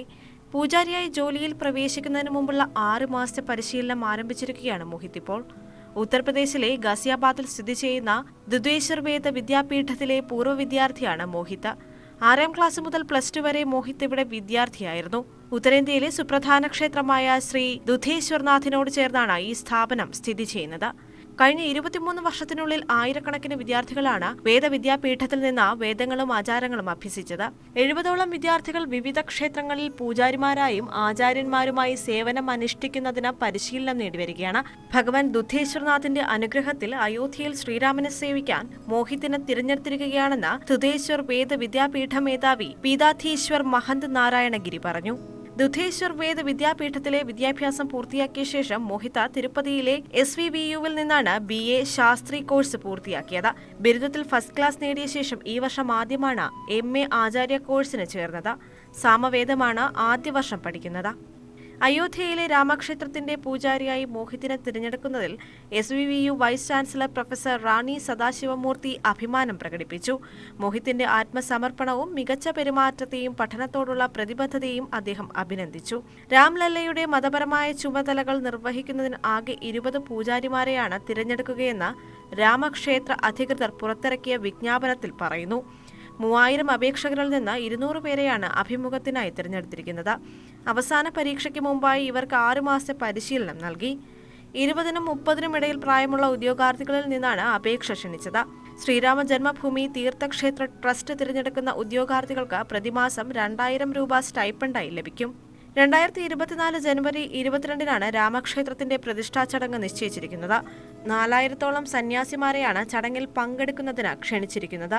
വാരണാസിയിൽ നിന്നുള്ള വേദ പുരോഹിതനായ ലക്ഷ്മികാന്ത് ദീക്ഷിത ചടങ്ങുകൾക്ക് നേതൃത്വം നൽകി. ഉദ്ഘാടനത്തിന് മുന്നോടിയായി ജനുവരി 14 മുതൽ 22 വരെ അയോധ്യയിൽ അമൃത് മഹോത്സവ് നടക്കും. ഉദ്ഘാടന ചടങ്ങിൽ പ്രധാനമന്ത്രി നരേന്ദ്രമോദി ഉൾപ്പെടെ നിരവധി പ്രമുഖർ പങ്കെടുക്കും. ഇന്നലെ പാർലമെന്റിൽ വീണ്ടും ഒരു ആക്രമണ ശ്രമം ഉണ്ടായപ്പോൾ അക്രമികളെ കീഴ്പ്പെടുത്തിയത് ഒരു MP-യാണ്. ഉത്തർപ്രദേശിലെ ബാന്ദായിൽ നിന്നുള്ള BJP MP RK Singh Patil സഭ താൽക്കാലികമായി പിരിഞ്ഞതിനെ തുടർന്ന് പുറത്തേക്ക് വരികയായിരുന്ന സമയത്താണ് ആക്രമിയെ പട്ടേൽ കണ്ടത്. തുടർന്ന് ബലപ്രയോഗത്തിൽ കഴുത്തിന് കുത്തിപ്പിടിച്ച് കീഴടക്കുകയായിരുന്നു. RK സിംഗ് പാട്ടീൽ തന്നെയായിരുന്നു ഇന്നലെ പാർലമെന്റിലെ താരം. പാർലമെന്റ് ആക്രമണത്തിന്റെ മറ്റൊരു വാർഷിക ദിനത്തിൽ രാജ്യത്തെ ഞെട്ടിച്ച സുരക്ഷാ വീഴ്ചയിലൂടെ സഭയ്ക്കുള്ളിലേക്ക് ചാടിയ അക്രമിയെ പിടികൂടിയത് BJP MP RK Singh Patel. സഭയിലെ താരമായത് പട്ടേലായിരുന്നു. സഭയിൽ നിന്ന് പുറത്തേക്ക് പോകും വഴിയാണ് പട്ടേലിന്റെ മുന്നിൽ അക്രമി എത്തിയത്. ഒരു സുരക്ഷാ ഉദ്യോഗസ്ഥൻ ബലപ്രയോഗം നടത്തുകയായിരുന്നു. ഇത് കണ്ട പട്ടേൽ ഈ അക്രമിയെ കഴുത്തിന് കുത്തിപ്പിടിച്ച് കീഴടക്കുകയായിരുന്നു. ഉടൻ തന്നെ സഭയിൽ നിന്ന് പുറത്തേക്ക് വന്ന മറ്റ് MP-മാരും ചേർന്നു. ഇതിനിടയിൽ അക്രമി പുകവരുന്ന സ്പ്രേ അടിക്കുന്നുണ്ടായിരുന്നു. സഭ 2 മണിവരെ നിർത്തിവെച്ച സമയത്തായിരുന്നു അക്രമം. ഈ സമയം MP-മാർ പുറത്തേക്ക് പോകാൻ നിൽക്കുകയായിരുന്നു. ഷൂവിൽ ഒളിപ്പിച്ചു വെച്ച സ്പ്രേയുമായാണ് അക്രമികൾ സഭയ്ക്കുള്ളിലെത്തിയത്. ഉത്തർപ്രദേശിലെ ബന്ദയിൽ നിന്നുള്ള BJP എംപിയാണ് RK പട്ടേൽ. 2009 പട്ടേൽ ആദ്യമായി MP ആയത്. 2017 UP നിയമസഭയിലേക്ക് മണിക്പൂരിൽ നിന്ന് ജയിച്ച MLA ആയിരുന്നു. നേരത്തെയും പട്ടേൽ UP നിയമസഭാംഗമായിട്ടുണ്ട്. 96, 2002 തെരഞ്ഞെടുപ്പുകളിൽ കാർവിയിൽ നിന്നാണ് പട്ടേൽ ജയിച്ചത്. സഭയെയും രാജ്യത്തെയും ചങ്കിടിപ്പോടെ നിർത്തിയ നിമിഷങ്ങളിൽ RK പട്ടേലിന്റെ സാഹസിക കൃത്യത്തെ രാജ്യമാകെ ആദരിക്കുകയാണ്. അക്രമി മറ്റൊരു അക്രമത്തിനും മുതിരാത്ത നിലയിൽ കീഴടക്കാൻ കഴിഞ്ഞത് RK പട്ടേലിന്റെ ശ്രമം കൊണ്ട് മാത്രമായിരുന്നെന്നാണ് ദൃക്സാക്ഷികൾ പറയുന്നത്. 2001 പാർലമെന്റ് ആക്രമണത്തിന്റെ 22ാം വാർഷിക നാളിലാണ് വീണ്ടും ആക്രമണ ശ്രമം ഉണ്ടായതെന്നാണ് ഏറെ ആശങ്കപ്പെടുത്തുന്നത്. 3 നിരകളിലായാണ് പാർലമെന്റിന് സുരക്ഷ നൽകുന്നത്. അതെല്ലാം ഭേദിച്ച് അകത്ത് കടന്നാണ് 2 പേർ സഭയ്ക്കുള്ളിലും 2 പേർ സഭയ്ക്ക് പുറത്തും ആക്രമണം നടത്തിയത്. പാർലമെന്റ് ഗേറ്റിലാണ് ആദ്യത്തെ സുരക്ഷാ ക്രമീകരണമുള്ളത്. മെറ്റൽ ഡിറ്റക്ടറുകൾ ഉപയോഗിച്ചാണ് ഇവിടെ പരിശോധന നടത്തുന്നത്. പാർലമെന്റ് ബിൽഡിംഗിന്റെ ഗേറ്റിലും ഇതേ പരിശോധന ആവർത്തിക്കും. കോറിഡോറിലും വീണ്ടും പരിശോധന നടത്തും. ഇത് കഴിഞ്ഞ് മാത്രമേ വിസിറ്റർ ഗാലറികളിലേക്ക് ആളുകളെ പ്രവേശിപ്പിക്കൂ. ഇതെല്ലാമാണ് അക്രമികൾ 2 പേരും ഭേദിച്ച് അകത്ത് കടന്നത്. മൊബൈൽ ഫോണുകൾ പോലും ഗാലറിയിലേക്ക് പ്രവേശിപ്പിക്കാറില്ല. ഈ സാഹചര്യത്തിലാണ് 2 പേർ ഷൂവിൽ സ്പ്രേയർ ഒളിപ്പിച്ച് സഭാ കെട്ടിടത്തിന് ഉള്ളിലെത്തിയത്. ഗാലറിക്കുള്ളിലിരുന്നിരുന്ന ഇവർ കൈവരികൾ ചാടി MP-മാർ ഇരിക്കുന്നിടത്ത് എത്തുകയായിരുന്നു. 2001 ഡിസംബർ 13 രാജ്യവും ലോകവും ഞെട്ടിയ സംഭവമായിരുന്നു പാർലമെന്റ് ആക്രമണം. പാക് ഭീകര സംഘടനകളായ ലഷ്കർ-ഇ-തോയ്ബയും ജെയ്ഷെ മുഹമ്മദുമാണ് അന്ന് ആക്രമണം നടത്തിയത്. 9 പേരാണ് അന്നത്തെ ആക്രമണത്തിൽ കൊല്ലപ്പെട്ടത്. 5 ഭീകരരെയും സുരക്ഷാ ഉദ്യോഗസ്ഥർ വകവരുത്തിയിരുന്നു. ഇക്കുറി അധികാരം കിട്ടിയ 3 സംസ്ഥാനങ്ങളിലും അത്ഭുതങ്ങൾ കാട്ടുകയാണ് BJP. തലമുറ മാറ്റമെന്ന് പറയാവുന്ന വിധം പുതിയ നേതാക്കളെയാണ് അതത് സംസ്ഥാനങ്ങൾ ഭരിക്കാൻ പാർട്ടി ചുമതലയേൽപ്പിക്കുന്നത്. അങ്ങനെയാണ് തലമുതിർന്ന നിരവധി നേതാക്കളുള്ള രാജസ്ഥാനിൽ മുഖ്യമന്ത്രി കുപ്പായം അത്രയൊന്നും ഹൈ പ്രൊഫൈൽ അല്ലാത്ത ഭജൻലാൽ ശർമ്മയ്ക്ക് കിട്ടിയത്. മുൻ മുഖ്യമന്ത്രി വസുന്ധര സിന്ധ്യയാണ് ഭജൻലാലിനെ നിർദ്ദേശിച്ചത്. ഭജൻലാൽ ശർമ്മയെക്കുറിച്ച് അറിയാം. ഒരാഴ്ച നീണ്ട ചർച്ചയ്ക്കൊടുവിൽ രാജസ്ഥാനെ നയിക്കാനുള്ള നിയോഗം ഭജൻലാൽ ശർമ്മയ്ക്ക് നൽകിയിരിക്കുകയാണ് BJP. കോൺഗ്രസിനെ നിലംപരിശാക്കി അശോക് ഗെഹ്ലോട്ട് എന്ന കോൺഗ്രസ് നേതാവിന്റെ രാഷ്ട്രീയ ഭാവിയെ തന്നെ ചോദ്യചിഹ്നത്തിലാക്കി BJP നേടിയ വിജയം ഏറെ തിളക്കമുള്ളതാണ്. 200 അംഗ സഭയിൽ 115 പേരും BJP-യിൽ നിന്നാണ്. ഉജ്ജ്വലമായ ഈ വിജയം നേടിയ സംസ്ഥാനത്ത് ഒരു പുതുമുഖത്തെ മുഖ്യമന്ത്രിയാക്കാൻ BJP തീരുമാനിച്ചത് എന്തുകൊണ്ടെന്ന ചോദ്യം സ്വാഭാവികമാണ്. രാജസ്ഥാനിൽ നിന്നുള്ള രാഷ്ട്രീയ തലവാചകങ്ങളിലൊന്നും അത്രയ്ക്കങ്ങ് കേട്ടിട്ടില്ലാത്ത പേരാണ് ഭജൻലാലിന്റേത്. കേട്ട പേരുകൾ വസുന്ധര രാജെ സിന്ധ്യ, ദിയ കുമാരി, ബാലക്നാഥ്, ഗജേന്ദ്ര സിംഗ് ഷെഖാവത്ത്, അർജുൻ മേഘ്വാൾ, അശ്വിനി വൈഷ്ണവ് എന്നിങ്ങനെ നിരവധിയാണ്. ഛത്തീസ്ഗഡിൽ വിഷ്ണുദേവ് സായിയെയും മധ്യപ്രദേശിൽ മോഹൻ യാദവിനെയും മുഖ്യമന്ത്രിയാക്കിയതിലൂടെ BJP അത്ഭുതം കാട്ടിയെങ്കിലും രാജസ്ഥാനിൽ അങ്ങനെയൊന്ന് പ്രതീക്ഷിച്ചിരുന്നില്ല. എന്നാൽ അധികാരം കിട്ടിയാൽ ആരെ മുഖ്യമന്ത്രിയാക്കുമെന്ന് നേരത്തെ പറഞ്ഞതുമില്ല. വസുന്ധര രാജെ സിന്ധ്യയുടെ തട്ടകത്തിൽ മറ്റൊരു നേതാവിനെ മുഖ്യമന്ത്രിയായി നിയോഗിച്ചാൽ അതിന് സാധ്യതയേറെയും ദിയാകുമാരിക്കായിരുന്നു, അല്ലെങ്കിൽ ബാലക്നാഥന്. അങ്ങനെയായിരുന്നു ഭജൻലാലിനെ പ്രഖ്യാപിക്കുന്നതിന് മുൻപ് വരെയുള്ള സൂചനകൾ. എന്നാൽ ചർച്ചകൾ മുറുകിയപ്പോൾ വസുന്ധര രാജെ സിന്ധ്യ ഭജൻലാലിന്റെ പേര് നിർദ്ദേശിക്കുകയായിരുന്നു. ആദ്യമായാണ് ഭജൻലാൽ നിയമസഭയിലെത്തുന്നത്. ജയിച്ചത് സംഗനേർ മണ്ഡലത്തിൽ നിന്ന്, തോൽപ്പിച്ചത് കോൺഗ്രസിലെ പുഷ്പേന്ദ്ര ഭരദ്വാജിനെ. ഭൂരിപക്ഷം 48,081 വോട്ടുകൾ. ഭജൻലാലിന് സ്വന്തം മണ്ഡലമായ ഭരത്പൂരിൽ സാധ്യതയില്ലെന്ന് കണ്ട് സംഗനേർ സീറ്റ് നൽകുകയായിരുന്നു. അവിടെ ജയിച്ചു കയറി. ABVP-യിലൂടെ പൊതുരംഗ പ്രവേശനം നടത്തിയ കടുത്ത RSS-കാരനായി ജീവിച്ച നേതാവ് കൂടിയാണ് ഭജൻലാൽ.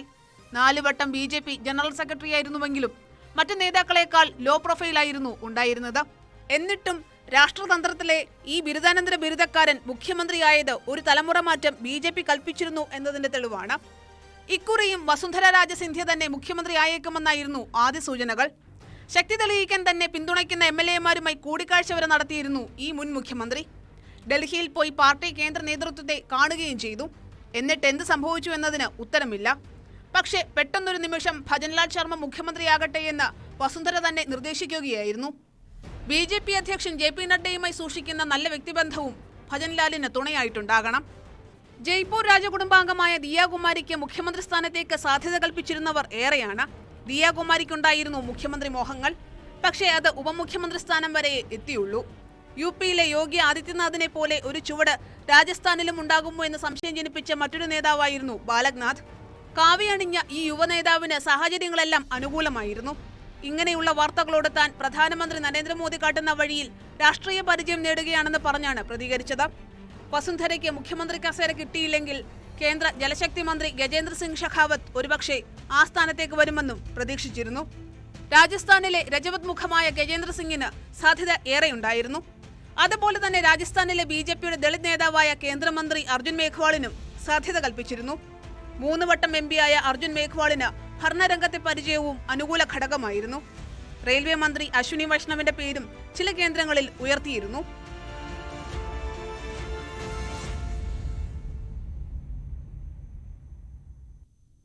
രണ്ടു മാസം പിന്നിടുകയാണ് ഹമാസിനെ ഭൂമുഖത്ത് നിന്ന് തുരത്താനുള്ള ഇസ്രായേലിന്റെ യുദ്ധം. ഇടയ്ക്കുണ്ടായ വെടിനിർത്തലിന് ശേഷം ഉഗ്രയുദ്ധമാണ് ഗാസയിൽ നടക്കുന്നത്. ഗാസയുടെ ഏതാണ്ട് വലിയൊരു പങ്ക് പ്രദേശവും ആക്രമണത്തിൽ തകർന്നടിഞ്ഞതായാണ് റിപ്പോർട്ട്. ജനവാസ മേഖലകളും തകർന്നടിഞ്ഞു. മുൻ യുദ്ധങ്ങളിലും നാശനഷ്ടങ്ങളുണ്ടായെങ്കിലും ഇക്കുറി പെട്ടെന്നൊരു പുനർനിർമ്മാണം സാധ്യമല്ലെന്നാണ് ലോകമാധ്യമങ്ങൾ റിപ്പോർട്ട് ചെയ്യുന്നത്. ഗാസയിൽ ഹമാസ് ഭീകരരെ വകവരുത്താൻ ഇസ്രായേൽ ആരംഭിച്ച യുദ്ധം 2 മാസം പിന്നിട്ടു. ഇടതടവില്ലാതെ ബോംബും മിസൈലും വർഷിച്ചും കരയുദ്ധം നടത്തിയും ഇസ്രായേൽ സൈന്യം ഗാസയിൽ കുടികുത്തി. ഗാസയുടെ ഏതാണ്ട് 1/3 ഭാഗവും ഇസ്രായേലി സൈന്യത്തിന്റെ പിടിയിലാണെന്നാണ് റിപ്പോർട്ടുകൾ. വടക്കൻ ഗാസ പൂർണ്ണമായി തകർന്ന നിലയിലാണെന്നും പലസ്തീനി ജനത താമസിച്ചിരുന്ന വീടുകളുടെ ഭാഗത്ത് കോൺക്രീറ്റ് കൂമ്പാരമാണ് ബാക്കിയുള്ളതെന്നുമാണ് റിപ്പോർട്ടുകൾ ചൂണ്ടിക്കാട്ടുന്നത്. ഗാസയുടെ 1/3 ഭാഗത്തും മനുഷ്യവാസം സാധ്യമല്ലാത്ത സാഹചര്യമാണ് യുദ്ധം ബാക്കിയാക്കിയിരിക്കുന്നത്.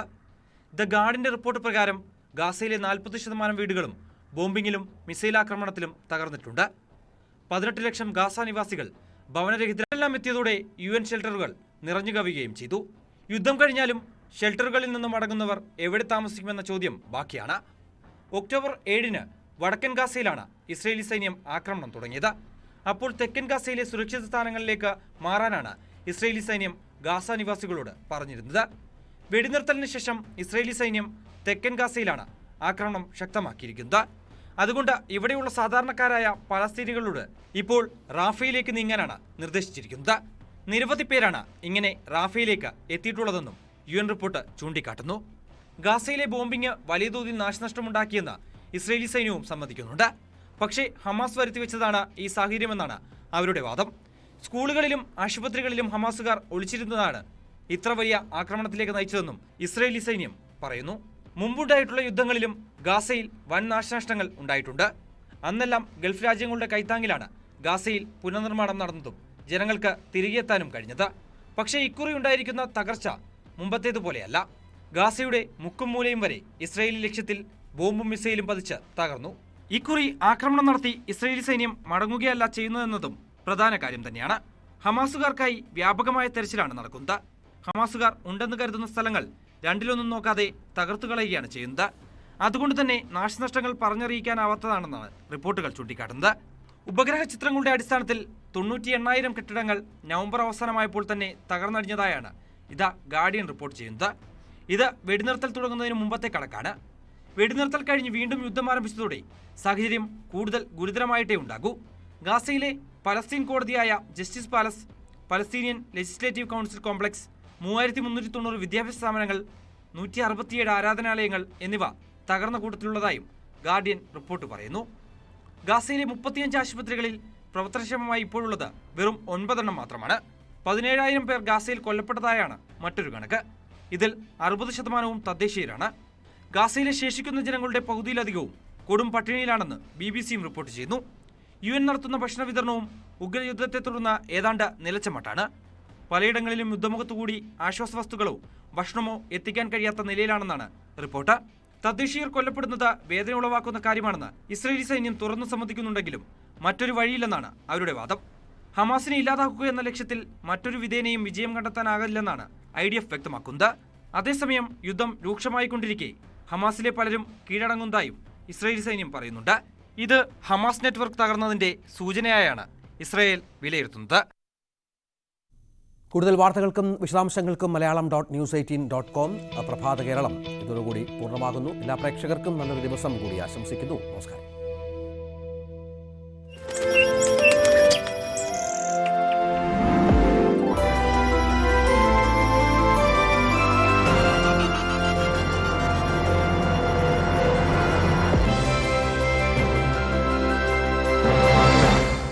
ഈ പരിപാടി ഒരേ സമയം